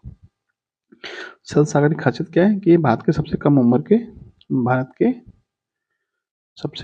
व्यक्ति हैं, सबसे कम उम्र के व्यक्ति हैं जो यंग ग्लोबल लीडर्स चुने गए। ठीक है, चलिए नेक्स्ट देखिए, दो रेखाओं 3x प्लस वाई माइनस 7 बराबर 0, x प्लस 2y प्लस 9 बराबर 0 के बीच का कोण कितना होगा। तो ये कोण कैसे निकालते हैं, तो ये कोण निकालने की थोड़ी लंबी प्रक्रिया है, पर आप ध्यान से देखिएगा। 3x प्लस वाई माइनस के 7, इसको हम चेंज करते हैं y बराबर mx प्लस के सी वाली फॉर्म में। ठीक है, यानी बाई की फॉर्म में हम बाई को एक तरफ लाते हैं, बाकी हम दूसरी तरफ ले जाते हैं। तो इस वाले समीकरण से हम बाई बराबर हमें कितना मिल जाएगा, बाई को हम बाकी चीज़ों के इधर लेके जाएंगे, तो ये हो जाएगा माइनस के 3x प्लस के 7। ठीक है, पहला समीकरण। और इस वाले समीकरण से हमें बाई बराबर कितना मिल जाएगा, तो ये हो जाएगा आपका माइनस के x इधर जाएगा और फिर माइनस के 9 भी जाएगा, और खाली बाई की वैल्यू निकालनी तो हमें 2 का भाग भी करना पड़ेगा। ठीक है, ये हो गया समीकरण नंबर 2। इस समीकरण से हमें बाई वन एम वन चाहिए, यहाँ से हमें एम वन कितना मिल जाएगा, तो इस समीकरण की हम इससे तुलना करेंगे, तो एम की वैल्यू यहाँ पे कितनी है, माइनस के 3। और इस समीकरण की हम इस समीकरण से तुलना करेंगे तो यहाँ पे m2 की वैल्यू हमें कितनी मिल जाएगी, माइनस के 1/2। ठीक है, यानी हमें यहाँ से m1 और m2 की वैल्यू मिल गई। अब आपका ये फॉर्मूला होता है कोण निकालने का, उस फॉर्मूले पर आइए, फॉर्मूला पढ़ा हो शायद, देखिए कोण बराबर दो रेखाओं के बीच का कोण निकालने का फॉर्मूला होता है tan थीटा बराबर मोड ऑफ m1 माइनस के m2 बटे में 1 प्लस m1 m2। ठीक है, ये फॉर्मूला होता है। m1 की वैल्यू कितनी थी, तो m1 की वैल्यू थी माइनस के 3, m2 की वैल्यू थी माइनस के 1/2। यहाँ लिख लेता हूँ, m1 की वैल्यू थी माइनस के 3, m2 की वैल्यू थी माइनस के 1/2। इसमें रखिए, तो ये हो जाएगा माइनस के 3, माइनस माइनस प्लस हो जाएगा 1/2 बटे में 1 प्लस m1 की वैल्यू माइनस के 3 और m2 की वैल्यू माइनस के 1/2। ठीक है, ये क्या है, मोड के अंदर है। अब आगे देखिए, माइनस के 3 में से 1/2 घटाएंगे कितना बचेगा, माइनस के 5/2 बचेगा। 3 दूनी 6, 6 में से घटाएंगे माइनस के 5/2। ऐसे ही माइनस का गुणा माइनस में करेंगे, प्लस के 3/2 हो जाएगा, और 2 एकम 2 3 5/2। नीचे बचेगा 5/2। 5/2 में से 5/2 कट जाएगा आपका माइनस के 1 बार। और मोड की खासियत क्या होती है, मोड से जब भी कोई संख्या बाहर निकलती है तो वो पॉजिटिव ही निकलती है। तो इस पूरे को सॉल्व करने में वैल्यू कितनी आ गई, 1 आ गई। और 1 10 में किसके बराबर होता है, tan 45 के बराबर होता है। तो tan थीटा बराबर tan 45, तो थीटा बराबर तुलना करने पर क्या मिल जाएगा, 45 डिग्री मिल जाएगा। तो दोनों के बीच का जो कोण है वो कितना डिग्री का हो गया, 45 डिग्री का हो गया। ठीक है, चलिए अब नेक्स्ट देखिए, कथन और निष्कर्ष वाला क्वेश्चन है, कोई भी खिड़की मछली नहीं है। कोई भी खिड़की क्या है, मछली नहीं है। तो मछली अलग बनेगा, खिड़की अलग बनेगा। ठीक है, सभी मछली इंसान है, सभी मछली क्या है, इंसान है। इस तरीके से बनेगा। अब चलिए निष्कर्ष देखते हैं इसका क्या है। कोई भी खिड़की इंसान नहीं है, तो कोई भी खिड़की इंसान नहीं है, बात ठीक है। कोई भी खिड़की इंसान नहीं, बात ठीक है। कोई भी इंसान खिड़की नहीं है, कोई भी इंसान खिड़की नहीं है, ये बात भी ठीक है। कुछ इंसान मछली है, कुछ इंसान मछली है, ये बात भी ठीक है। सभी इंसान मछली है, सभी इंसान मछली नहीं है। देखिए 1 2 3 आपका क्या है, सही होना चाहिए था, लेकिन कथन जो आपका निष्कर्ष 1 है और 2 है, ये दोनों क्या एक दूसरे के विपरीत है। कोई भी खिड़की इंसान नहीं है, कोई भी इंसान खिड़की नहीं है, या तो होगा या फिर नहीं होगा। तो यहाँ पे या करके आंसर आना चाहिए था, लेकिन ऑप्शन में आपको नहीं दे रखा है। तो ये दोनों पे आपके क्या हो जाएंगे, गलत हो जाएंगे। सिर्फ और सिर्फ आपको कौन सा बचेगा, सिर्फ और सिर्फ आपका ऑप्शन नंबर 3 आपका सही बनेगा। ठीक है, तो ऑप्शन नंबर 3 केवल मेल खाता है। चलिए नेक्स्ट देखिए, अप्रैल 2024 को योग महोत्सव का आयोजन कहाँ किया गया था। योग महोत्सव का आयोजन कहाँ किया गया था, तो 7 अप्रैल को किया गया था। कहाँ पर किया गया था, ये आपका पुणे में किया गया था, महाराष्ट्र में। ऐसे जो योग दिवस मनाया जाता है वो कब मनाया जाता है, योग दिवस मनाया जाता है 21 जून को। ठीक है, 21 जून को। नेक्स्ट है, इंटरनेट के पते में HTTP का सही विस्तृत रूप क्या है। तो HTTP का विस्तृत रूप क्या है, hyper text transfer protocol, hyper text transfer protocol, option number 4 इसकी फुल फॉर्म होती है। ठीक है, चलिए नेक्स्ट देखिए, पहली 3 कक्षाओं में कुल 350 लड़के हैं। पहली और दूसरी कक्षा के लड़कों की संख्या में 2:3 का अनुपात है, जबकि दूसरी और तीसरी में 4:5 का अनुपात है। पहली और तीसरी कक्षाओं के लड़कों की कुल संख्या ज्ञात कीजिए। देखिए 3 कक्षा है, पहली, दूसरी और तीसरी। मैं यहाँ पे नंबरिंग कर देता हूँ, फर्स्ट, सेकंड और थर्ड। पहले हम इसका संयुक्त अनुपात निकालेंगे, फिर तीनों का जोड़ करके हम 350 के बराबर रख देंगे। पहली और दूसरी का रेशियो कितना है, तो 2 और 3 है। दूसरी और तीसरी का रेशियो कितना है, तो आप कहेंगे 4 और 5 है। इन तीनों का संयुक्त अनुपात निकाल लेते हैं। 3 के सामने जगह खाली है 3 लिख दीजिए, 4 के सामने जगह खाली है 4 लिख दीजिए। संयुक्त अनुपात निकालिए इनका। 4 दूनी 8, 4 तिया 12, 5 तिया 15। इनकी लड़कों की संख्या निकल गई अनुपातिक रूप में। अनुपातिक रूप में इनका योग कितना हो जाएगा, 12, 8, 20 और 15, 35। इन लड़कों की कुल संख्या तीनों क्लासों में कितनी है, 35। लेकिन एक्चुअल में कितनी दे रखी है आपको, 350। 35 की वैल्यू कितनी होगी, 350। तो यहाँ से 1 यूनिट की वैल्यू कितनी मिल जाएगी आपको, 350 में जब हम 35 का भाग करेंगे 10। ठीक है, यानी 1 यूनिट की वैल्यू 10 लड़के के बराबर है। पूछा गया आपसे पहली और तीसरी कक्षाओं में लड़कों की संख्या। पहली में कितनी है, 8 है, तीसरी में कितनी है, 15 है। 15 और 8, 23। तो आपको 23 यूनिट की वैल्यू पूछी है। 1 की वैल्यू 10 है, 23 की कितनी हो जाएगी, 230। ठीक है, ऑप्शन नंबर डी। चलिए नेक्स्ट देखिए, संतोष ट्रॉफी किस खेल से संबंध है। संतोष ट्रॉफी हॉकी, फुटबॉल, बास्केटबॉल या फिर बैडमिंटन। संतोष ट्रॉफी का संबंध किससे, संतोष ट्रॉफी का संबंध है आपका फुटबॉल से। ठीक है, डूरंड कप का संबंध भी किससे, डूरंड कप का संबंध भी आपका फुटबॉल से ही है। क्लियर। ठीक है, हॉकी का दे रखा है यहाँ पे, अजलन शाह हॉकी कप किससे संबंधित है, Azlan Shah. Azlan Shah hockey cup hockey से ही संबंधित है। ठीक है, चलिए नेक्स्ट देखिए, निम्न आकृतियों में अनुपस्थित संख्या का खोजें। इसमें आपको क्वेश्चन मार्क के स्थान बताना क्या आएगा। देखिए इसमें क्या लॉजिक लगा है, इसमें लॉजिक लगा है आपका 9, 7, 16।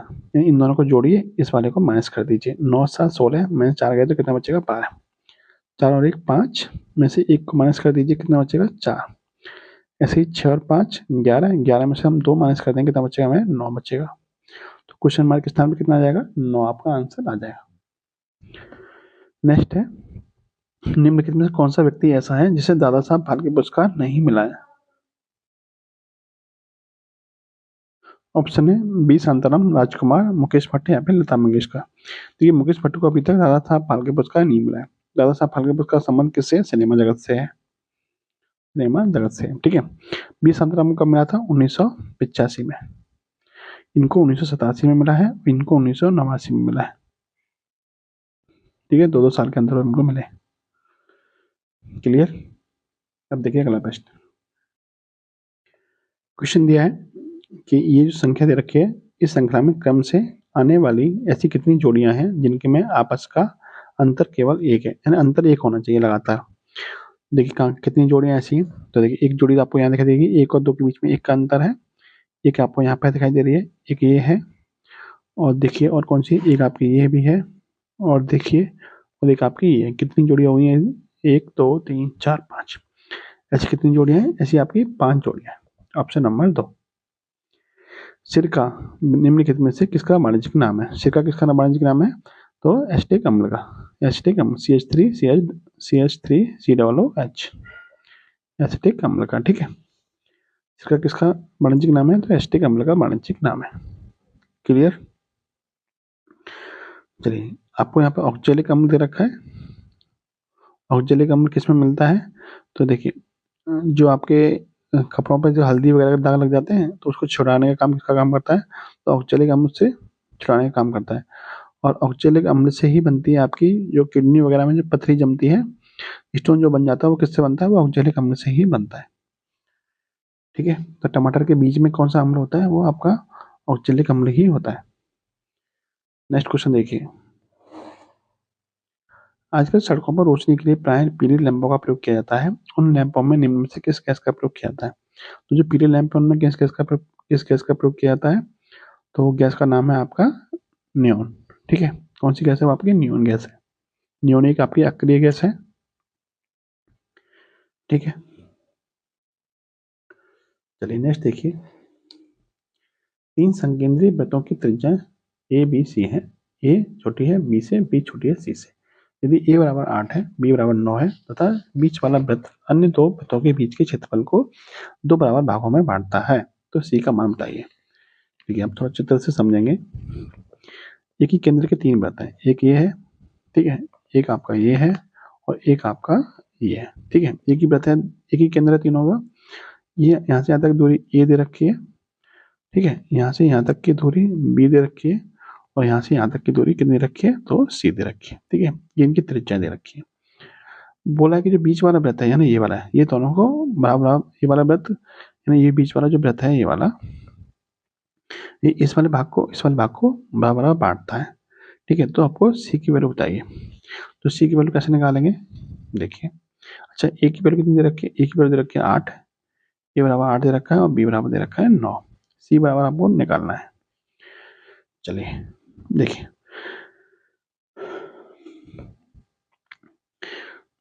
इस वाले भाग का क्षेत्रफल कैसे निकाल सकते हैं हम, इस वाले भाग का क्षेत्रफल हम कैसे निकाल सकते हैं। यदि हम पूरे वृत्त के क्षेत्रफल में से यदि हम इस वाले वृत्त का क्षेत्रफल घटा दें तो हमें ये वाला वृत्त का क्षेत्रफल मिल जाएगा। तो वृत्त का क्षेत्रफल क्या होता है, पाई आर स्क्वायर, और आर की वैल्यू यहाँ पे कितनी है, बड़े वाले की सी है। तो पाई सी स्क्वायर में से यदि हम पाई बी स्क्वायर हम घटा दें तो हमें क्या मिल जाएगा, हमें इस वाले वृत्त का क्षेत्रफल मिल जाएगा। और यदि हम इस वाले वृत्त के क्षेत्रफल में से इस वाला वृत्त का क्षेत्रफल घटा दें तो हमें ये वाला क्षेत्रफल मिल जाएगा। यानी कि पाई बी स्क्वायर में से यदि हम पाई ए स्क्वायर घटा दें तो हमें क्या मिल जाएगा, ये बीच वाला क्षेत्रफल मिल जाएगा, ये वाला। और आपको ये तो बोला है कि दोनों क्षेत्रफल बराबर बराबर है, बराबर बांट रहा है, बस वैल्यू रख दीजिए। देखिए पाई सब में कॉमन है, पाई तो कट जाएगा आपका, ऐसे ही बचे क्या, सी स्क्वायर माइनस के बी स्क्वायर बराबर बी स्क्वायर माइनस के ए स्क्वायर। ठीक है, चलिए आगे देखिए। सी स्क्वायर की वैल्यू हमें निकालनी है, तो सी स्क्वायर बी की वैल्यू कितनी है, 9, 9 का वर्ग, यहाँ भी 9 का वर्ग हो जाएगा और यहाँ पे आपका 8 का वर्ग हो जाएगा। ठीक है, तो सी का वर्ग, सी स्क्वायर माइनस के सी स्क्वायर बराबर हो जाएगा 9 का वर्ग, ये माइनस के 8 का वर्ग प्लस ये वाला भी 9 का वर्ग, 9 का वर्ग 81 माइनस के 64 प्लस के 81।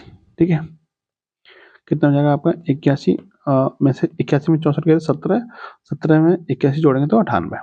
ठीक है, तो सी स्क्वायर बराबर कितना आ गया 98। तो यहाँ से सी की वैल्यू कितनी आएगी, सी की वैल्यू अंडर में 98, 98 के टुकड़े कर लेंगे तो 7 गुणा 7 गुणा 2, ये हो जाएगा 7 रूट 2।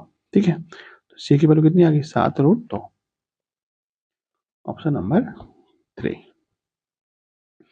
नेक्स्ट है, भारत निर्वाचन आयोग ने 2024 लोकसभा चुनाव के लिए 2 अभियान चलाए थे, जिनमें एक टर्निंग 18 अभियान है, दूसरा अभियान का नाम क्या है। हम सब एक हैं, आप एक हैं, हम सब एक जिम्मेदार नागरिक हैं, आप एक जिम्मेदार नागरिक हैं। तो जो दूसरा जो अभियान था उसका नाम था आप एक हैं।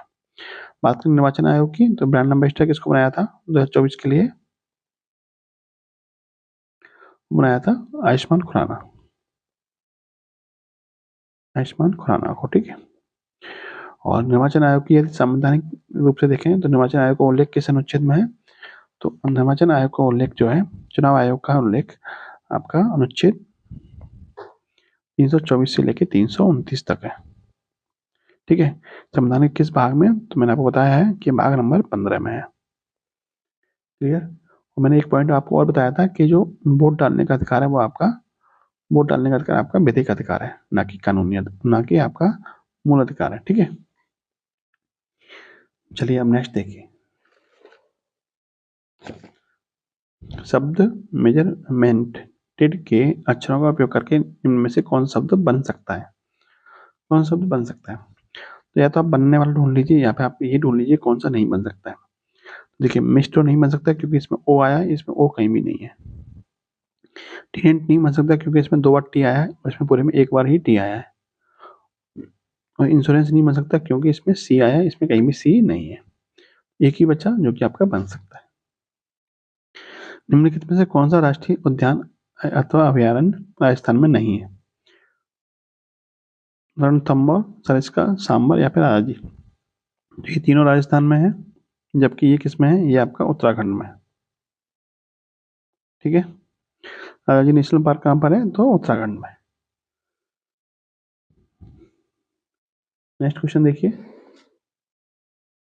एक बैग में 4 लाल, 6 हरी, 5 नीली गेंदें हैं। जब 3 गेंद यादृच्छिक रूप से निकाली जाती हैं तो इसकी क्या प्रायिकता है कि इनमें 2 हरी 1 नीली गेंद होगी। देखिए सेम क्वेश्चन रिपीट हुआ है, जो आपके पिछले प्रैक्टिस सेट हुए हैं उनमें ये क्वेश्चन आपका आया हुआ है और मैंने आपको कराया हुआ है।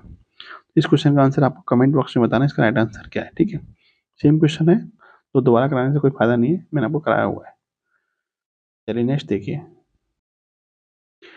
मल्लिका साराभाई निम्नलिखित में से किसके साथ जुड़ी हैं? शास्त्रीय संगीत, शास्त्रीय नृत्य या फिर समाज सेवा या फिर पर्यावरण अच्छा। देखिए मल्लिका साराभाई कौन है? ये विक्रम साराभाई की पुत्री है। विक्रम साराभाई कौन है? भारत में अंतरिक्ष विज्ञान के जनक। अंतरिक्ष विज्ञान के जनक, भारत में अंतरिक्ष विज्ञान के जनक कौन है? तो वो विक्रम साराभाई है। ठीक है, इनकी पुत्री कौन है? तो इनकी पुत्री है मल्लिका साराभाई। इनका संबंध किस क्षेत्र से? शास्त्रीय नृत्य से इनका संबंध है। कौन कौन सा नृत्य करती हैं? एक तो कुचिपुड़ी करती हैं और एक भरतनाट्यम करती हैं। ठीक है, भरतनाट्यम। भरतनाट्यम कौन से राज्य का है? तमिलनाडु का है शास्त्रीय नृत्य, और कुचिपुड़ी कहाँ का है? आंध्र प्रदेश का है। ठीक है, चलिए नेक्स्ट देखिए, एक निश्चित सांकेतिक भाषा में 234 का अभिप्राय स्पार्क एंड फायर, 456 का स्पार्क स्काच और 258 का फायर इस इफेक्ट है। बताएं कि इनमें से किस संख्यांक का उपयोग काज के लिए क्या है, यानी काज का कोड ढूंढना है आपको। देखिए एक तरीका तो ये कि आप इसको लिखिए, मतलब इसके बराबर में लिखिए, फिर आप उसमें मैच करिए, कौन कौन सा इसमें मैच कर रहा है, अलग अलग कोड निकालने पड़ेंगे। एक तरीका ये है कि आप इसको देखिए कि इसमें इसका कोड कौन सा नहीं हो सकता।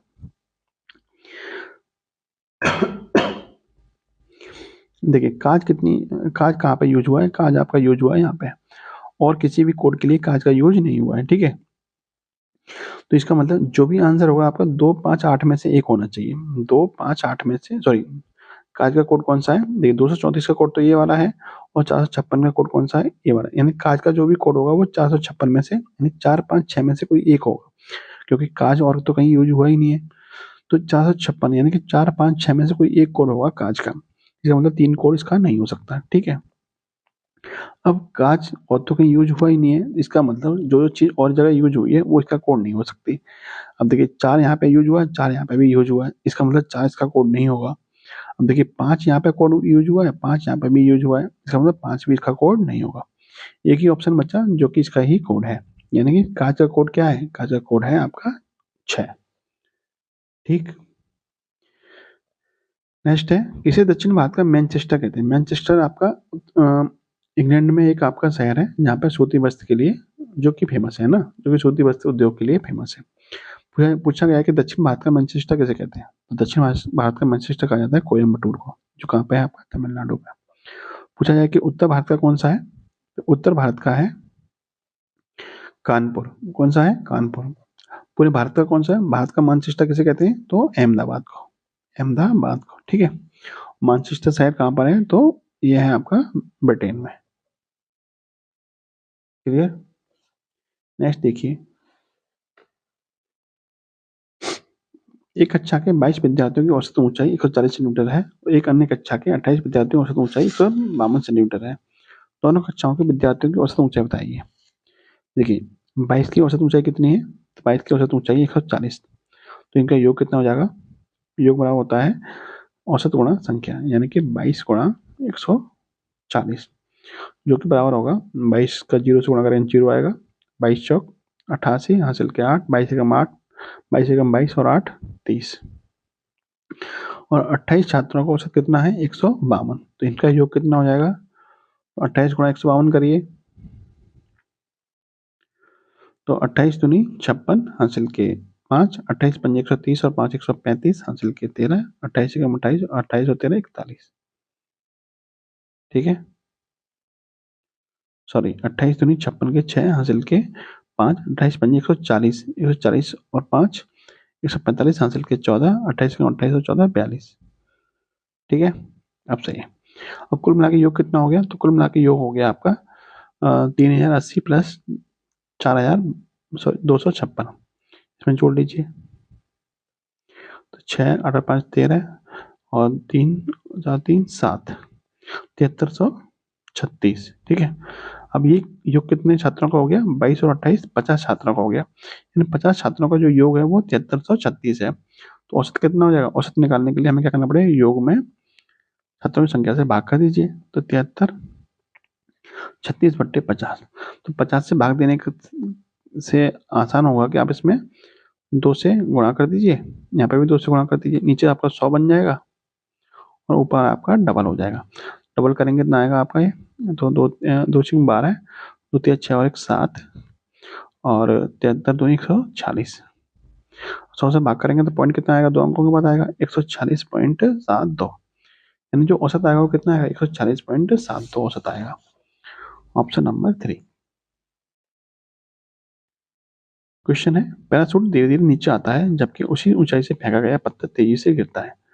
क्यों गिरता है तेजी से, क्योंकि जो पैराशूट होता है खुला होता है वो क्या करता है, उसका सरफेस एरिया बढ़ जाता है, यानी कि जो सतही क्षेत्रफल होता है वो बढ़ जाता है, जिसकी वजह से वो हवा को रोकता है। ठीक है, यही लॉजिक होता है जो कि आपका ऑप्शन नंबर 3 में दिया हुआ है। ठीक है, पैराशूट के पृष्ठ का क्षेत्रफल ज्यादा है अतः वायु का प्रतिरोध अधिक होगा। क्षेत्रफल अधिक हो जाएगा तो प्रतिरोध क्या होगा, अधिक हो जाएगा। पत्थर का क्षेत्रफल कम होता है इसलिए वो प्रतिरोध को कम करता है। नेक्स्ट देखिए, एक किसान अपनी गायों के झुंड को अपनी 4 बेटों में इस पर विभाजित करता है कि पहले लड़के को झुंड का आधा भाग, दूसरे को 1/4 और तीसरे को 1/5 भाग मिलता है। चौथे के पास में 7 गायें शेष मिल जाती हैं। तो बताइए कि झुंड में कुल कितनी गायें हैं। तो झुंड में कितनी गायें कैसे मान निकालेंगे, तो जो जो भाग है उसके जो हर है उसका आप एलसीएम के बराबर कुल गायें मान लीजिए। जैसे पहले लड़के को कितना मिल रहा, आधा भाग 1/2, दूसरे को मिल रहा है 1/4, तीसरे को मिल रहा है 1/5, चौथे को 7 गायें मिल रही हैं। ठीक है, तो जो जो इनका एलसीएम है 2 4 और 5, इनका एलसीएम कितना हो जाएगा 20। तो हमने मान लिया कि टोटल जो गायें हैं उसके पास 20 गायें थी, इसमें से 1/2 यानी कि 10 गायें दे दी पहले वाले को, और 1/4 यानी कि 20 का 1/4 कितना हो जाएगा 5, और 20 का 1/5 कितना हो जाएगा 4, यानी कुल मिला के पहले को 10 गायें दे दी, दूसरे को 5 और तीसरे को 4 गायें दे दी। तो कुल मिला कितनी गायें बांट दी, तो 10 और 5 15 और 4 19, 19 गायें बांट दी 20 में से, बची कितनी, एक गाय बची। ठीक है, कब एक गाय बची, जब गाय उसके पास 20 थी, लेकिन वो कह रहा है एक्चुअल में उसके पास जो चौथा व्यक्ति है उसके पास कितनी गायें बची हैं, तो 7 गायें बची हैं। तो 1 यूनिट की वैल्यू कितनी है, 7 के बराबर। पूछा गया है 20 की वैल्यू, 1 की वैल्यू 7 है तो 20 की वैल्यू कितनी हो जाएगी, 20 7 140। ठीक है, इसका मतलब टोटल गाय है उसके पास कितनी है, तो 140 गायें हैं उसके पास। Option number 3 clear. चलिए नेक्स्ट देखिए, यदि स्थिर वेग से चल रही गाड़ी में बैठा कोई बालक गेंद को वायु में सीधा ऊपर फेंके तो गेंद कहाँ गिरेगी।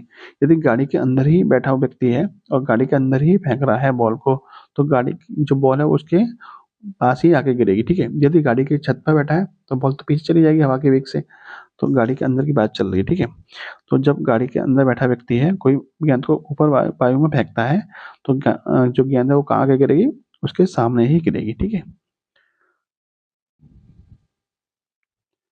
स्थिर वेग से चल रही गाड़ी में बैठा कोई व्यक्ति वाला गेंद को वायु में सीधा ऊपर फेंके तो वायु उसके सामने गिरेगी, उसके हाथ में गिरेगी, तो उसके कहाँ गिरेगी, उसके हाथ में गिरेगी। ठीक है, साथ में नहीं गिरेगी। नेक्स्ट क्वेश्चन देखिए, राम 1340 रुपए में 4 कुर्सियां और 9 स्टूल खरीदता है। यदि वह कुर्सियों को 10% लाभ पर, स्टूलों को 20% लाभ पर बेचता है तो उसे 188 रुपए का कुल लाभ होता है। कुर्सियों के लिए उसे कितनी रकम देनी पड़ेगी। देखिए 4 कुर्सी और 9 स्टूल है, यदि वो 4 कुर्सियों 4 कुर्सी मतलब 4 चेयर मान लेते हैं, 4 सी। ठीक है, चेयर मतलब सी। 4 कुर्सियों को कितने परसेंट लाभ पे बेचता है, तो 10% के लाभ पर बेचता है। ठीक है, और जो 9 स्टूल है 9 स्टूल एस, ठीक है, कितने परसेंट लाभ पे बेचता है, 20% के लाभ पे। तो इसको हम लिख सकते हैं 10 + 10%, 20% को हमने क्या लिख दिया, 10 + 10% है। और कुल मिलाकर जो लाभ हो रहा है वो कितना हो रहा है, 184 रुपए का लाभ हो रहा है। ठीक है, तो यदि जो कुर्सी है वो भी 10% लाभ पे बेची जाती और स्टूल जो है वो भी 10% लाभ पे बेचे जाते, तो ओवरऑल 10% का लाभ होता। तो 1340 का 10% कितना होगा, 1340 का 10% कितना हो जाएगा, तो आप कहेंगे 134 हो जाएगा। तो हमें जो लाभ होना चाहिए था वो कितना होना चाहिए, 134 का लाभ होना चाहिए था, लेकिन हमें लाभ हुआ कितना, 188 का लाभ हुआ, यानी कितने एक्स्ट्रा लाभ हुआ, 188 में 134 घटाएंगे कितना बचेगा, तो ये बचेगा 54, यानी 54 रुपये का हमें एक्स्ट्रा लाभ हो रहा है। तो ये एक्स्ट्रा लाभ किसकी वजह से हो रहा है, क्योंकि यहाँ पर 10% का एक्स्ट्रा लाभ हो रहा है, किस पे, तो स्टूल पर एक्स्ट्रा लाभ हो रहा है। यानी यदि चेयर पे 10% का लाभ है, स्टूल पे भी 10% का लाभ होता तो ओवरऑल हमें 10% का ही लाभ होता, जो कि 134 के बराबर होता। लेकिन हमें लाभ हो कितने का रहा है, 188 का लाभ हो रहा है, जो कि कितना ज़्यादा हो रहा है, तो 54 रुपये ज़्यादा हो रहा है। ये 54 रुपये ज़्यादा क्यों हो रहा है, क्योंकि स्टूल पे 10% हम एक्स्ट्रा लाभ कमा रहे हैं इस वजह से। तो 9S का 10% किसके बराबर होगा, 54 के बराबर होगा। तो 10% की वैल्यू 54 के बराबर है। 10% मतलब 1/10। तो यहाँ लिखिए 9S, 9S मतलब 9 स्टूल की कीमत कितनी हो जाएगी, 10% मतलब कितना होता है, 10/100, यानी कि 1/10। ठीक है, 10 का गुणा 54 में करेंगे कितना आएगा, 540। यानी कि जो 9 स्टूल है उनकी कीमत कितनी आ गई, 9 स्टूल की कीमत मिल गई आपको 540। जब 9 स्टूल की कीमत 540 है तो शेष की जो कीमत होगी वो किसकी होगी, वो आपकी 4 चेयर की होगी, नहीं होगी। और कुल कीमत है कितनी, 1340 है। तो चेयर की कीमत पूछी थी आपसे, कुर्सियों की कीमत पूछी थी, तो कुर्सियों की कीमत कितनी हो जाएगी, 1340 में से हम स्टूल की कीमत घटा देंगे 540। कितना बचेगा, तो ये बचेगा आपका 0 0 और 800 रुपये। यानी जो कुर्सी की कीमत है वो कितनी है, 800 रुपये है। ठीक है, आपको मैं दोबारा समझा देता हूँ। देखिए मैंने क्या लॉजिक लगाया है कि यदि 10% जो लाभ हो रहा है कुर्सियों पे, वही लाभ 10% का स्टूल पे होता, तो ओवरऑल हमें 10% का ही लाभ होता, जो कि 1340 रुपये में मैंने कोई चीज़ खरीदी थी। तो 1340 का 10% कितना हुआ, 134 रुपये होगा, तो हमें 134 का लाभ होता। ठीक है, लेकिन हमें लाभ कितना हो रहा है, 188 रुपये का हो रहा है। कितने रुपये अधिक हो रहा है, तो हमें 54 रुपये अधिक लाभ हो रहा है। ये लाभ हमें किसकी वजह से हो रहा है, क्योंकि हमें जो हमने स्टूलों पे 10% लाभ हो रहा था पहले हमने माना था, उसके ऊपर हमें 20% लाभ हो रहा है, यानी 10% हमें एक्स्ट्रा लाभ हो रहा है। 10% एक्स्ट्रा लाभ होने की वजह से हमें 54 रुपये अधिक मिल रहे हैं। तो जो 9 स्टूल हैं उनका 10% किसके बराबर होगा, 54 रुपये के बराबर होगा। तो 9 स्टूल का 10% 54 रुपये के बराबर है। 10% मतलब 1/10, 10 की गुणा करते हैं 54 में, तो 9 स्टूल की कीमत हमें मिल जाएगी 540 रुपये। ठीक है, तो 9 स्टूल की कीमत 540 रुपये है, लेकिन कुल कीमत कितनी है, 1340। तो कुर्सियों की कीमत कितनी बची, 1340 में से 540 घटा देंगे तो कितना बचेगा, 800 रुपये। ठीक है,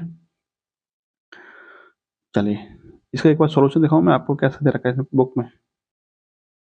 देखिए ये सॉल्यूशन दे रखा है इसका। ठीक है, अगर आपको मेरा वाला सॉल्यूशन पसंद नहीं आया है तो आप इस सॉल्यूशन से भी कर सकते हैं, इस तरीके से भी इसका आंसर निकाल सकते हैं। क्लियर, अब लौटते हैं अपने क्वेश्चन पे।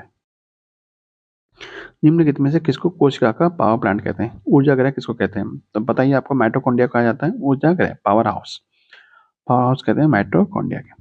गोल्जी काय को क्या कहते हैं, ट्रैफिक पुलिस, ट्रैफिक पुलिस किसको कहते हैं, गोल्जी काय को।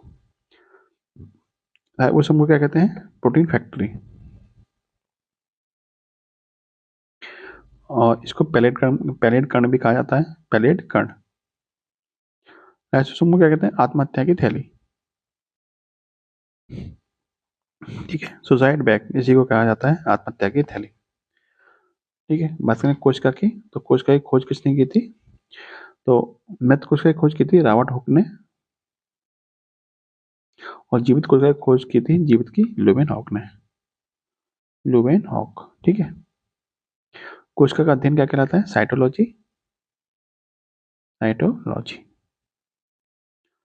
क्लियर, चलिए आगे देखिए। निम्नलिखित में से वह संख्या चुनिए जो अन्य तीनों से भिन्न है, 512, 729, 1000 और 1330। देखिए ये भी पूर्ण घन है, 8 का क्यूब है, ये 9 का क्यूब है, और ये आपका 10 का क्यूब है। ये यदि यहाँ पे 1331 होता तो ये आपका 11 का क्यूब हो जाता, लेकिन कितना है, 1330 है, इसलिए अन्य तीन से भिन्न है। ग्लूकोज किसका एक प्रकार है, पेंटो शर्करा, हेक्सो शर्करा, टेट्रोस या फिर डाइओ शर्करा का। तो देखिए ग्लूकोज का फॉर्मूला क्या होता है, C6H12O6। कार्बन कितने इसमें, 6 है, कार्बन 6 है, तो ये किसका प्रकार हो जाएगा, हेक्सोस का, क्योंकि 6 के लिए क्या प्रयोग होता है, हेक्स। पेंट किसके लिए होता है, तो 5 के लिए होता है, और टेट किसके होता है, तो 4 के लिए होता है। ठीक है, चलिए नेक्स्ट देखिए। देखिए दो समीकरणों में ये समीकरण दे रखा है, और ये इसमें x का मान निम्नलिखित में से क्या होगा। तो एक तरीका तो ये ऑप्शन से उठा कर लीजिए इसको, और दूसरा तरीका ये आप इसको समीकरण 1 और समीकरण 2 मान के भी इसको कर सकते हैं। ठीक है, चलिए देखिए।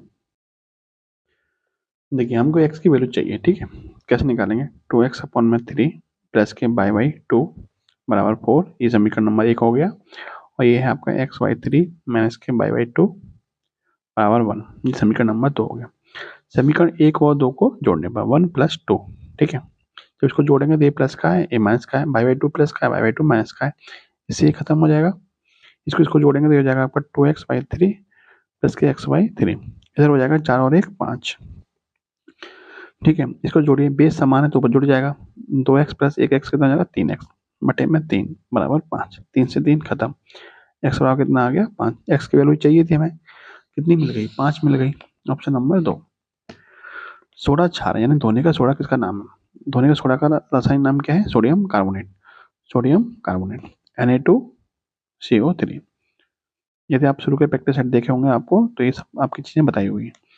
सोडियम बाई कार्बोनेट किसका फॉर्मूला है? तो ये खाने का सोडे का है, खाने का सोडा। ये सब चीजें मैंने आपको बता रखी हैं यदि आपने शुरू से प्रैक्टिस सेट देखे होंगे तो। चलिए नेक्स्ट देखिए, नीचे देखिए 4 आकृतियों में से 3 किसी एक गुण के आधार पर समान है तथा एक सब पर भिन्न है। भिन्न आकृति चुनिए, भिन्न बतानी है आपको। देखिए कौन सी भिन्न है इसमें। देखिए ये चारों में सिमिलरिटी है, मतलब ये चारों एक तरह से सेटल है, ये भी सेटल है, जबकि इसमें क्या है ये लगातार दे रखे हैं, और जब इसमें क्या है एक तरीके से सिमिलरिटी बन रही है। तो ये भी सही है, ये भी सही है, ये भी सही है, ये आपका क्या है अन्य 3 से भिन्न है, तो ये आपका क्या हो जाएगा अन्य से भिन्न हो जाएगा। आंसर आपका क्या बनेगा? Option number 3। ठीक है, नेक्स्ट देखिए, निम्नलिखित में कौन सा पेंसिल बनाने में प्रयुक्त होता है? तो जो आपकी कच्ची पेंसिल होती है, लकड़ी वाली पेंसिल, उसमें जो काला काला पदार्थ होता है वो क्या होता है? वो आपका ग्रेफाइट होता है। क्या होता है? ग्रेफाइट। ग्रेफाइट के बारे में पूछा जाता है क्वेश्चन कि ग्रेफाइट क्या विद्युत का चालक होता है या कुचालक होता है? तो ग्रेफाइट विद्युत का चालक होता है। ठीक है, विद्युत का चालक होता है, इसमें विद्युत धारा प्रवाहित हो सकती है, तो ध्यान रखिएगा। नेक्स्ट क्वेश्चन देखिए, यदि ए बराबर साइन 45 माइनस के साइन 30 बटे में कॉस 45 प्लस कॉस 60 और बी बराबर ये दे रखा है, तो इनमें कौन सा संबंध सही होगा? तो इसके लिए आपको ये वैल्यू सॉल्व करनी पड़ेगी, तभी आप बता सकते हैं कौन सा सही है कौन सा गलत है। तो ए की हम वैल्यू निकाले हैं, तो ए की वैल्यू कितनी होगी? साइन 45 की वैल्यू कितनी होती है? 1/√2। साइन 30 की वैल्यू कितनी होती है? 1/2 बटे में कॉस 45 की वैल्यू 1/√2 होती है और कॉस 60 की वैल्यू होती है 1/2। इसको सॉल्व करिए। जब इसको सॉल्व करेंगे तो देखिए 2 का गुणा इधर होगा, तो 2 माइनस के इधर √2 बटे में आ जाएगा 2√2, ऐसे में ये हो जाएगा आपका 2 प्लस √2 बटे में 2√2। 2√2 से 2√2 खत्म, कितना बचेगा? 2 माइनस के √2 बटे में 2 प्लस √2। ठीक है, कितना बचेगा? इसमें से यदि हम √2 कॉमन ले लें तो यहाँ बचेगा आपका √2 और यहाँ बचेगा आपका 1। ऐसे नीचे कॉमन ले लें √2, यहाँ बचेगा आपका √2, यहाँ बचेगा प्लस के 1। √2 से √2 खत्म, कितना हो जाएगा आपका? √2 माइनस के 1 अपॉन में √2 प्लस के 1, यानी ए की वैल्यू कितनी मिल गई आपको? √2 माइनस के 1 अपॉन में √2 प्लस 1। अब निकालते हैं बी की वैल्यू। बी की वैल्यू कितनी दे रखी है आपको? sec 45 माइनस के tan 45। तो sec 45 वैल्यू कितनी होती है? √2 होती है, और tan 45 की वैल्यू कितनी होती है? 1 होती है, बटे में cosec 45 वैल्यू कितनी होती है? √2 और tan cot 45 वैल्यू कितनी होती है? 1 होती है। ठीक है, तो बी की वैल्यू कितनी मिली आपको? बी की वैल्यू मिली इतनी और ए की वैल्यू कितनी मिली? इतनी। दोनों वैल्यू क्या सेम है, इसका मतलब ए बराबर क्या हो जाएगा? बी। ए बराबर क्या हो जाएगा? B, option number 1। प्रति व्यक्ति आय संबंधित है, प्रति व्यक्ति सकल घरेलू उत्पाद से, प्रति व्यक्ति राष्ट्रीय आय से, या प्रति व्यक्ति विशुद्ध राष्ट्रीय आय से, या उपरोक्त में से कोई नहीं। प्रति व्यक्ति आय क्या होती है? किसी देश की विशुद्ध राष्ट्रीय आय में यदि हम जनसंख्या से भाग करते हैं उस देश की, तो प्रति व्यक्ति आय निकल के आ जाती है, यानी प्रति व्यक्ति विशुद्ध राष्ट्रीय आय से संबंधित है प्रति व्यक्ति आय। यानी देश की विशुद्ध राष्ट्रीय आय में यदि हम जनसंख्या से भाग करते हैं तो हमें प्रति व्यक्ति आय मिल जाएगी। ठीक है, ऑप्शन नंबर 3। चलिए नेक्स्ट देखिए, 5 विद्यार्थियों की औसत ऊंचाई, 5 विद्यार्थियों की ऊंचाई इतनी दे रखी है सेंटीमीटर में, तो इनके माध्य और इनकी माध्यिका के मान बताइए। माध्य क्या होता है? माध्य होता है औसत, यानी इन सबको जोड़ लीजिए और इनकी संख्या से भाग कर दीजिए। संख्या कितनी है? 1 2 3 4 5, 5 है। और माध्यिका क्या होती है? इनको आरोही क्रम में लगा लीजिए चाहे अवरोही क्रम में लगा लीजिए, तो जो बीच में संख्या आएगी वो इनकी माध्यिका होगी। तो सबसे पहले हम माध्यिका निकालते हैं, तो इनको आरोही क्रम में लगाते हैं। सबसे छोटी संख्या कौन सी? 144 है, फिर आपकी 150 है, फिर 155 है, फिर 161 है, और फिर एक आपकी 165 है। तो माध्यिका जो होती है वो बीच वाली संख्या होती है। तो माध्यिका क्या होगी इसकी 155 होगी, ठीक है। तो 155 आपका यहाँ पे है और यहाँ पे है, तो ये दोनों तो आपके आंसर होंगे नहीं, ठीक है। अब निकालना है आपको माध्य। माध्य क्या होता है, सभी का जोड़ बट्टे में संख्या। तो सबको जोड़ लीजिए, तो 144 प्लस 150 प्लस 155 प्लस 161 प्लस 165 बटे में कितनी संख्या है, तो 5 संख्या है। इन सबको जोड़ेंगे तो कितना आंसर आएगा, देखिए 4 5 9 9 1 10 और 5 15 हासिल का 1, ठीक है। 16 16 32 और 30 32 और 30 62 62 और 14 76 और 1 77 बटे में कितना है 5 5 से भाग करिए, 5 एकम 5 पचम 25 बचम 25 कितना आ गया 155। यानी आपकी जो माध्यिका है, सॉरी जो आपकी माध्यिका है, सॉरी माध्य जो आपका माध्य है, माध्यिका तो निकल आया था ना यहाँ पे, माध्यिका आपकी ये निकल के आई थी 155। यानी जो आपका माध्य है, माध्य कितना निकल के आ गया, माध्य भी 155 निकल के आ गया। यानी कि ऑप्शन नंबर जो बी है वो क्या है आपका सही आंसर, ठीक है। सिंपल सा सवाल था। नेक्स्ट देखिए, वर्ष 2024 का रामनाथ गोयन का एक्सीलेंस इन जर्नलिज्म पुरस्कार किसे प्रदान किया गया, भगवती प्रसाद अवस्थी, प्रभा वर्मा, आनंद चौधरी या फिर प्रोफेसर एस के सिंह। तो ये प्रदान किया गया आपका आनंद चौधरी को। यहाँ पे आपको नाम दे रखा है प्रभा वर्मा का। ये इनका नाम किस लिए फेमस है, इनको 2023 का सरस्वती सम्मान दिया गया। 2023 का सरस्वती सम्मान दिया गया, लेकिन ये सम्मान किस वर्ष में दिया गया, 2024 में दिया गया, ठीक है। 2023 का पुरस्कार है लेकिन दिया कब गया है, 2024 में। तो 2024 का जो सरस्वती सम्मान है वो किसको मिला है, प्रभा वर्मा को मिला है। कौन साल के लिए मिला है, 2023 के लिए। किस भाषा के लिए, मलयालम, मलयालम भाषा का है, ठीक है। चलिए नेक्स्ट देखिए, कौन सी उत्तराकृति में प्रश्नाकृति के सभी तत्व उपस्थित हैं। यानी ये सारे तत्व इसमें बने हुए हैं वो किसमें किसमें उपस्थित है। तो देखिए इस वाली आकृति को चेक करिए, क्या इसमें बराबर वाला चिन्ह है, तो इसमें नहीं है। इसमें बराबर वाला चिन्ह इसमें नहीं है। इसमें बराबर वाला चिन्ह तो है, कौन सा नहीं है इसमें, तो आप कहेंगे इसमें आपका कौन सा वाला नहीं है भाई, ये वाला चिन्ह इसमें नहीं है, ठीक है। इसमें बाकी सभी चिन्ह इसमें उपस्थित हैं। ऑप्शन नंबर 3 है वो आपका सही आंसर है। नेक्स्ट क्वेश्चन देखिए, एक वर्ग के परिवृत्त तथा अंतर्वृत्त के क्षेत्रफलों का अनुपात क्या हुआ। एक वर्ग के परिवृत्त, जैसे कोई वर्ग है मान लीजिए ये वाला, ठीक है, इसके बाहर कोई वृत्त बनाया गया है इस तरीके से, ठीक है, इसके किनारों को टच करता हुआ, और एक इसके अंदर वृत्त बनाया गया है भुजाओं को टच करता हुआ, तो दोनों के क्षेत्रफलों में क्या अनुपात होगा, ये आपसे पूछा है। देखिए थोड़ा ध्यान से देखिए, एक ही वर्ग है ये, एक वर्ग तो इस तरीके से बना हुआ है, इसके चारों ओर वृत्त बना हुआ है, ठीक है, और एक जो व्रत ये है, मतलब यही वाला व्रत है, बस इसको मैं अलग बना रहा हूँ जिससे आपको समझने में आसानी रहे। एक इस तरीके से बनाएगा। इसमें लॉजिक क्या काम करता है, जब कोई परिव्रत खींचा जाता है, परिव्रत खींचा जाता है वर्ग के, तो इसका जो विकर्ण होगा, यानी जो वर्ग का विकर्ण होगा वही इसका क्या होगा, इसका व्रत का व्यास भी होगा। तो आपको पता है यदि इसकी वर्ग की भुजा ए है ये वाली, तो इसका विकर्ण क्या होता है, भुजा √2, यानी a√2 इसका विकर्ण हो जाएगा। और इस विकर्ण का आधा, इस विकर्ण का आधा, इस विकर्ण का आधा क्या होगा, क्योंकि ये पूरा क्या है, इस वृत्त के लिए क्या है, इस वृत्त के लिए व्यास भी है, तो इस वृत्त के लिए व्यास है, तो इस विकर्ण का आधा भाग क्या हो जाएगा, इस वृत्त की त्रिज्या भी हो जाएगी। यानी इस विकर्ण का आधा इस वृत्त की क्या होगी, त्रिज्या होगी। तो इस वृत्त की त्रिज्या यानी r बराबर क्या होगा, विकर्ण का आधा, यानी a√2 का आधा, ठीक है। यहाँ से हमको परिवृत्त की त्रिज्या मिल गई, परिवृत्त को हम कैपिटल R मान लेते हैं, ठीक है, कैपिटल R। अब आते हैं इस वाले में, तो इस वृत्त की जो भुजाएं यहाँ से यहाँ तक, वही तो इस वृत्त का क्या है, इस वर्ग की जो भुजा है यहाँ से यहाँ तक की, वही तो इस वृत्त का क्या है, व्यास है। तो इस भुजा का आधा, इसकी भुजा कितनी a मानी थी हमने, इस भुजा का आधा ही तो इस वृत्त की त्रिज्या होगी, तो इसके लिए स्मॉल r बराबर क्या होगा, a/2, ठीक है, क्योंकि ये व्यास है और इसकी भुजा भी बराबर है दोनों, तो इस व्यास का आधा तो त्रिज्या होती है, तो ये जो त्रिज्या r होगी वो किसके बराबर होगी, भुजा के आधे के बराबर होगी, ठीक है। तो r बराबर यहाँ हमें यहाँ से क्या मिल गया, a/2, यहाँ से कैपिटल R बराबर क्या मिल गया, a√2/2।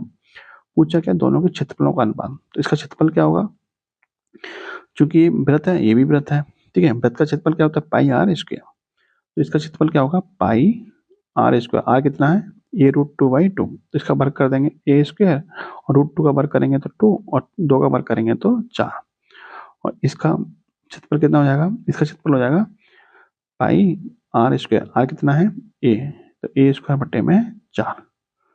ठीक है, चलिए सॉल्व करते हैं इसको। 4 से 4 खत्म, ए स्क्वायर से ए स्क्वायर खत्म, पाई से पाई खत्म, कितना बचेगा, इधर बचेगा 1, इधर बचेगा 2, तो 2:1, दोनों में अनुपात कितना निकल के आ गया, 2:1, ऑप्शन नंबर 1। नेक्स्ट है 87वां क्वेश्चन है, अप्रैल 2024 सीबीआई का महानिदेशक किसे नियुक्त किया है, सीबीआई का डायरेक्टर जनरल किसे नियुक्त किया गया है, सुब्रमण्यम धारेश्वर, अनुराग कुमार, अर्णब बनर्जी या फिर सरवी गोयल। तो सीबीआई का डायरेक्टर जनरल किसे नियुक्त किया गया है, अरुण कुमार को, ऑप्शन नंबर 2। नेक्स्ट क्वेश्चन देखिए, एक यांत्रिक घड़ी इस समय सुबह के 7 घंटा 40 मिनट 6 सेकंड दिखा रही है। मान लिया जाए कि यह प्रत्येक घंटे में 4 सेकंड खो देती है। 4 सेकंड खोने का मतलब क्या है कि 4 सेकंड लेट हो रही है। तो ठीक 6.5 घंटे बाद घड़ी का समय क्या दिखाएगी। देखिए 1 घंटे में कितना सेकंड खो रही है, तो 4 सेकंड खो रही है। 6.5 घंटे में कितना खोएगी, 6.5 घंटे का मतलब 6 दूनी 12, 13, 13 बट्टे 2 घंटे में, 1 घंटे में 4 सेकंड, तो 13.5 घंटे में 4 से गुणा कर दीजिए, 13 दूनी 26, यानी 26 सेकंड क्या कर देगी, वो लेट हो जाएगी।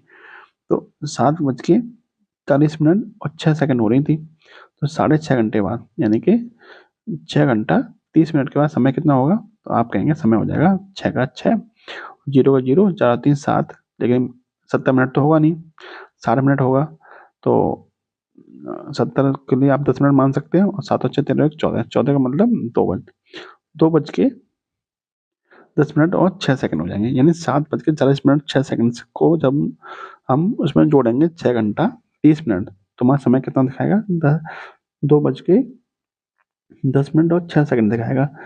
और ये घड़ी कितना लेट हो गई है, 26 सेकंड लेट हो गई, तो इसमें 26 सेकंड घटा दीजिए, तो 2 घंटा 10 मिनट 6 सेकंड में से हम 26 सेकंड जब इसमें घटा देंगे तो हमारा समय कितना आएगा, तो देखिए ये 10 मिनट है, इधर ले जाएंगे 1 मिनट को ले जाएंगे इधर को, तो 60 सेकंड जुड़ेगा, 60 सेकंड जब इसमें जुड़ेगा तो 6 सेकंड पहले से था, अब कितना सेकंड हो जाएगा, तो 66 सेकंड हो जाएगा, और यहाँ पे कितना समय बचेगा, तो 9 मिनट समय बच जाएगा।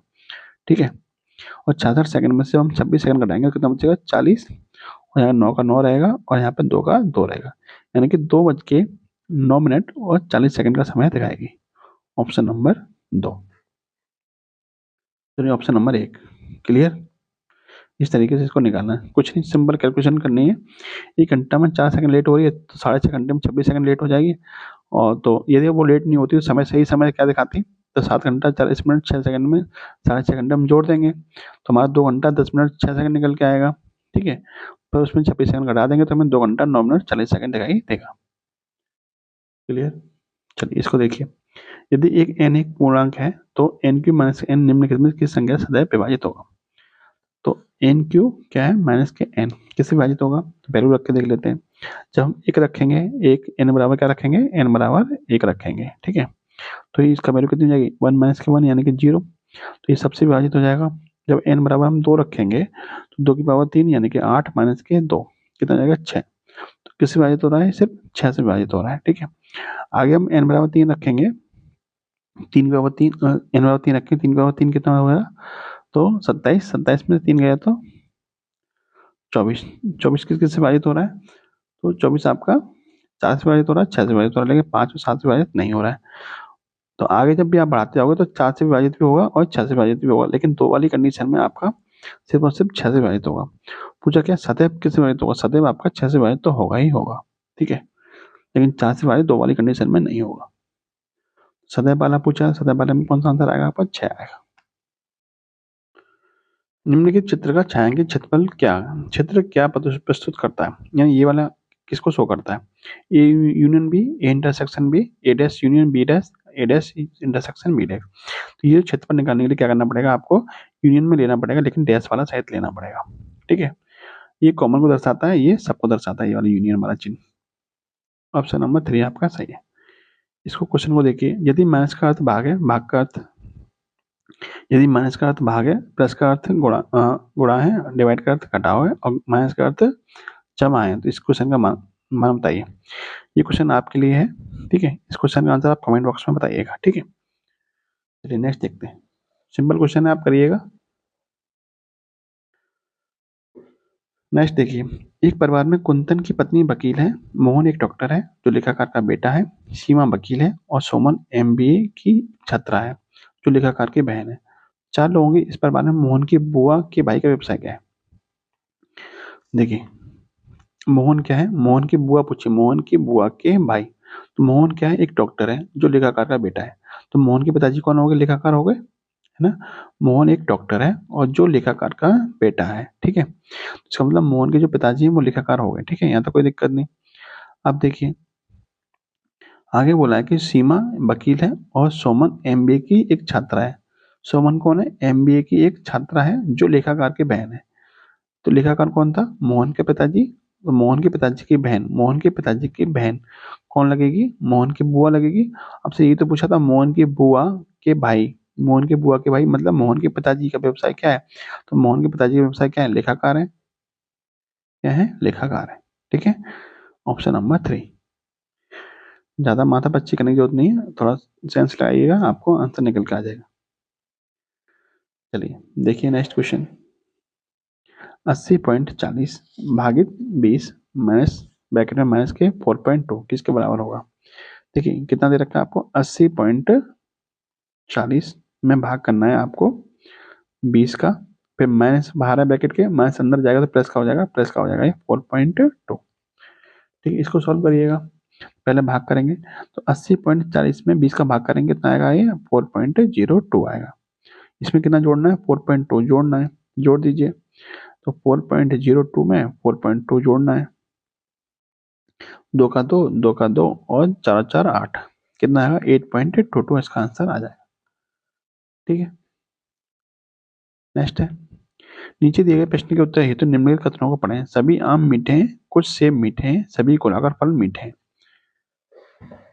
अगला क्वेश्चन क्या दे रखा है, जेनी एक मीठा फल खा रही है, ठीक है। तो निम्न में से कौन सा अनुमान निश्चित रूप से सत्य है, निश्चित रूप से बताना है आपको। जेनी एक सेब खा रही है, ठीक है। सेब के मामले में बोला था कि कुछ सेब मीठे हैं, ठीक है, तो जरूरी नहीं है वो सेब भी खा रही हो। जेनी को नींबू पसंद है, नींबू के बारे में कुछ नहीं बोला है। नारंगी के बारे में भी कुछ नहीं बोला है। जेनी आम खा रही है, इसकी संभावना सबसे ज्यादा है। तो ये कथन क्या आपका सही है, क्योंकि सभी आम मीठे थे। कथन में बोला था कि सभी आम मीठे हैं, तो आम खाने की संभावना क्या है, सबसे ज्यादा है। क्यों, क्योंकि एक जेनी मीठा फल खा रही है, तो इसकी संभावना क्या है, सबसे ज्यादा है। ऑप्शन नंबर 4 आपका सही है। नेक्स्ट है, निम्नलिखित में से निम्नलिखित में समानता ज्ञात करें। निम्नलिखित में समानता ज्ञात करें, क्या समानता है, नाटक, सिनेमा, रोड शो, इसमें समानता क्या है? इन सब का इस्तेमाल कोई सामाजिक संदेश देने के लिए किया जाता है। ये सभी थिएटर में प्रदर्शित किए जाते हैं। देखिए, रोड शो थिएटर में कहाँ से हो जाएगा, ये तो रोड पे होगा, ये तो नहीं होगा। ये सब केवल अंग्रेजी में होते हैं। नाटक जरूरी नहीं अंग्रेजी में हो, सिनेमा जरूरी नहीं अंग्रेजी में हो, बॉलीवुड की फिल्में तो हिंदी में आती हैं, तो ये भी गलत है। कोई समानता नहीं है, ये भी गलत है। क्या है इसका लॉजिक, ऑप्शन नंबर 1, इन सब का इस्तेमाल कोई सामाजिक संदेश देने के लिए किया जाता है। बात एकदम सही है। नीचे 5 चौकियां की स्थिति दी गई है, ये चौकी दे रखी है 5। पूछा है कि बताइए कि चौकी सी से चौकी ई किस दिशा में है। सी से चौकी ई पूछा है, यानी सी से ई की स्थिति पूछी है, तो क्या करना होता है, हमें प्लस बनाना होता है यहाँ पे, और ये देखना है कि किस दिशा में आएगा।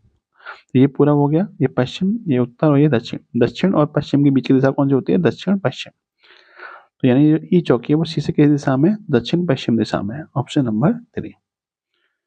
नेक्स्ट है, तीन मिश्रण दे रखे हैं, तीन मिश्रण की बराबर मात्रा में पेट्रोल और मिट्टी का तेल दे रखा है, 2:3, 4:3, 6:1 के अनुपात में। आगे क्वेश्चन में बोला है, अगर तीनों को एक साथ मिलाया जाता है तो आखिरी मिश्रण में पेट्रोल मिट्टी का तेल क्या होगा। देखिए, पेट्रोल और मिट्टी, तो पेट्रोल और मिट्टी का तेल, ठीक है। मिट्टी से एम बना लेते हैं। पहला जो मिश्रण है उसमें अनुपात कितना है, तो उसमें अनुपात है 2:3 का, ठीक है। दूसरा जो मिश्रण है उसमें अनुपात कितना है, 4:3 का है।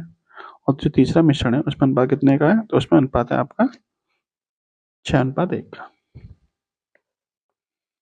अब आपसे पूछा कि जब तीनों को मिला देंगे तो नया अनुपात में, मतलब नया जो मिश्रण बनेगा उसमें पेट्रोल और मिट्टी के तेल का अनुपात क्या होगा। चूंकि तीनों की समान मात्रा मिलाई जा रही है, तो 2 और 3 5, 4 और 3 7 और 6 और 1 7। इनकी मात्रा को समान करना पड़ेगा। यहाँ 5 है, यहाँ 7 है, इनको समान कैसे करेंगे? 5 और 7 का एलसीएम होता है 35। तो 35 बनाने के लिए हमें करना पड़ेगा, इसमें 7 से गुणा करना पड़ेगा और इसमें हमें 5 से गुणा करना पड़ेगा, इसमें भी हमें 5 से गुणा करना पड़ेगा। ठीक है, तो पहला मिश्रण कितना हो जाएगा? तो पहला मिश्रण हो जाएगा हमारा 7 दूनी 14, 7 तिया 21। दूसरा मिश्रण हो जाएगा हमारा 4 पंजे 20, 5 तिया 15। तीसरा हो जाएगा 6 पंजे 30, अब 5 एकम 5। ये दूसरा हो गया और ये आपका तीसरा हो गया। ठीक है, अब इन सबकी मात्रा क्या हो गई? समान हो गई। 14 21 35, 20 और 15 35, 30 और 5 35। आप क्या करिए? सीधा सीधा जोड़ दीजिए। 14 और 20 34, 34 और 30 64, 21 और 15 36 और 5 41। यानी अब जो तीनों मिश्रण बने हुए हैं, तीनों मिश्रण को मिलाने के बाद जो नया मिश्रण बना उसमें पेट्रोल मिट्टी तेल का अनुपात कितना हो गया? 64 अनुपात 41। Option number 3। नेक्स्ट देखिए, नीचे दिए गए अक्षरों को व्यवस्थित करते हुए सार्थक शब्द बनाए जा सकते हैं, दिए गए विकल्पों से भिन्न चुनिए। देखिए ये आपको दे रखे हैं, इसके लिए आपको थोड़ी बहुत इंग्लिश की नॉलेज होनी चाहिए कि इसमें से क्या बना हुआ है। तो देखिए ये क्या बना हुआ है आपका? तो ये बना हुआ है आपका मेलन, MELON। ये बना है आपका मैंगो, MANGO। ये बना है आपका गुआवा, GUAVA। ये बना है आपका गम।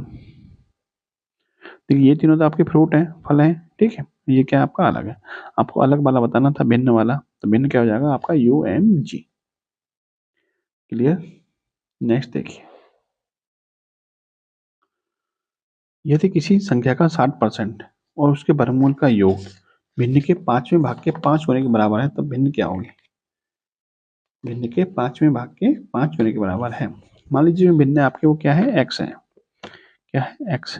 तो x का 60%, 60/100 प्लस उसके वर्गमूल का योग, यानी x का वर्गमूल क्या हो जाएगा? x हो जाएगा, √x हो जाएगा। ये किसके बराबर है? x के 5वें भाग के 5 होने के बराबर है। ठीक है, इसको सॉल्व करना है। 5 से 5 कट जाएगा, इधर कितना बचेगा? x बचेगा। देखिए इधर कितना बचेगा? 20 तिया 60, 20 पंजे 100, यानी कि 3x/5 प्लस के √x बराबर x। ठीक है, ये इधर जाएगा तो √x बराबर कितना मिल जाएगा आपको? x माइनस के 3x/5। इसको सॉल्व करेंगे, 5x माइनस के 3x कितना हो जाएगा? 2x/5। यानी √x की वैल्यू कितनी मिल गई आपको? 2x/5। अब हमें x की वैल्यू चाहिए थी, तो हम क्या करेंगे? इसका वर्ग कर देंगे, दोनों तरफ का वर्ग करने में। तो वर्ग करेंगे तो √x से अंडर हट जाएगा, x बचेगा यहाँ पे। ये हो जाएगा आपका 2 का वर्ग 4, x का वर्ग x² 5 का वर्ग 25। ठीक है, अब x से एक x खत्म, यहाँ बचेगा आपका 1, 25 एकम 25 बटे में कितना आएगा? 4। ये बराबर हो जाएगा आपका x के बराबर। तो 25/4 किसके बराबर होता है? 6.25 के बराबर। ठीक है, 25/4 किसके बराबर? 6.25 के बराबर। यानी कि ऑप्शन नंबर आपका एक आपका सही है। x की वैल्यू कितनी आ गई? 6.25। लास्ट क्वेश्चन देखिए इस प्रैक्टिस सेट का। नीचे कुछ टूटी हुई आकृतियों में आकृतियां दी गई हैं, जिन्हें जोड़ने पर एक आकृति बन जाती है। दिए गए विकल्पों में से भिन्न आकृति चुनिए। यानी ये जो आकृतियां पड़ी हैं, इनको मिलाने से कुछ नई आकृति बनती है। आपको भिन्न आकृति बतानी है कि भिन्न आकृति इसमें से कौन सी है। देखिए इस क्वेश्चन का जो आंसर है आपको ऐसे समझ में नहीं आएगा, मैं आपको इसका सॉल्यूशन दिखाता हूँ। देखिए ये इसका सॉल्यूशन है ऑप्शन क्वेश्चन नंबर 100 का। ठीक है, तो पहले आकृतियां पड़ी थी, इनको मिलाने से आपका एक कपलेट बन गया है। इनको मिलाने से भी आपका एक कपलेट कुछ बना हुआ है, इनको मिलाने से भी बना हुआ है। ठीक है, तब इन सबको मिलाने से ये तो बना हुआ है, लेकिन इसमें गलती क्या है? इसमें गलती आपकी एक लाइन की है। ठीक है, यहाँ पे आपकी 5 लाइन है, 1 2 3 4 5 लाइन है, जबकि इसमें सिर्फ 4 लाइनों का यूज हुआ है। 1 2 3 4, ये दोनों फलक तो आपके, ये एक फलक ये हो जाएगा नीचे वाला, ऊपर वाला हो जाएगा आपका ये वाला। ठीक है, इसमें एक लाइन का कम का प्रयोग किया है, इसलिए अन्य 4 से क्या है? भिन्न है। ठीक है, तो जो क्वेश्चन नंबर आपका 100 था, उसका आंसर कितना हो जाएगा? उसका आंसर हो जाएगा आपका ऑप्शन नंबर 4। देखिए ये था क्वेश्चन नंबर, इसका आंसर कितना हो जाएगा? Option number 4। ठीक है, उम्मीद है आपको समझ में आया होगा। ये था आपका प्रैक्टिस सेट नंबर 18। वीडियो आपको कैसी लगी कमेंट बॉक्स में जरूर बताइएगा। जय हिंद, जय भारत।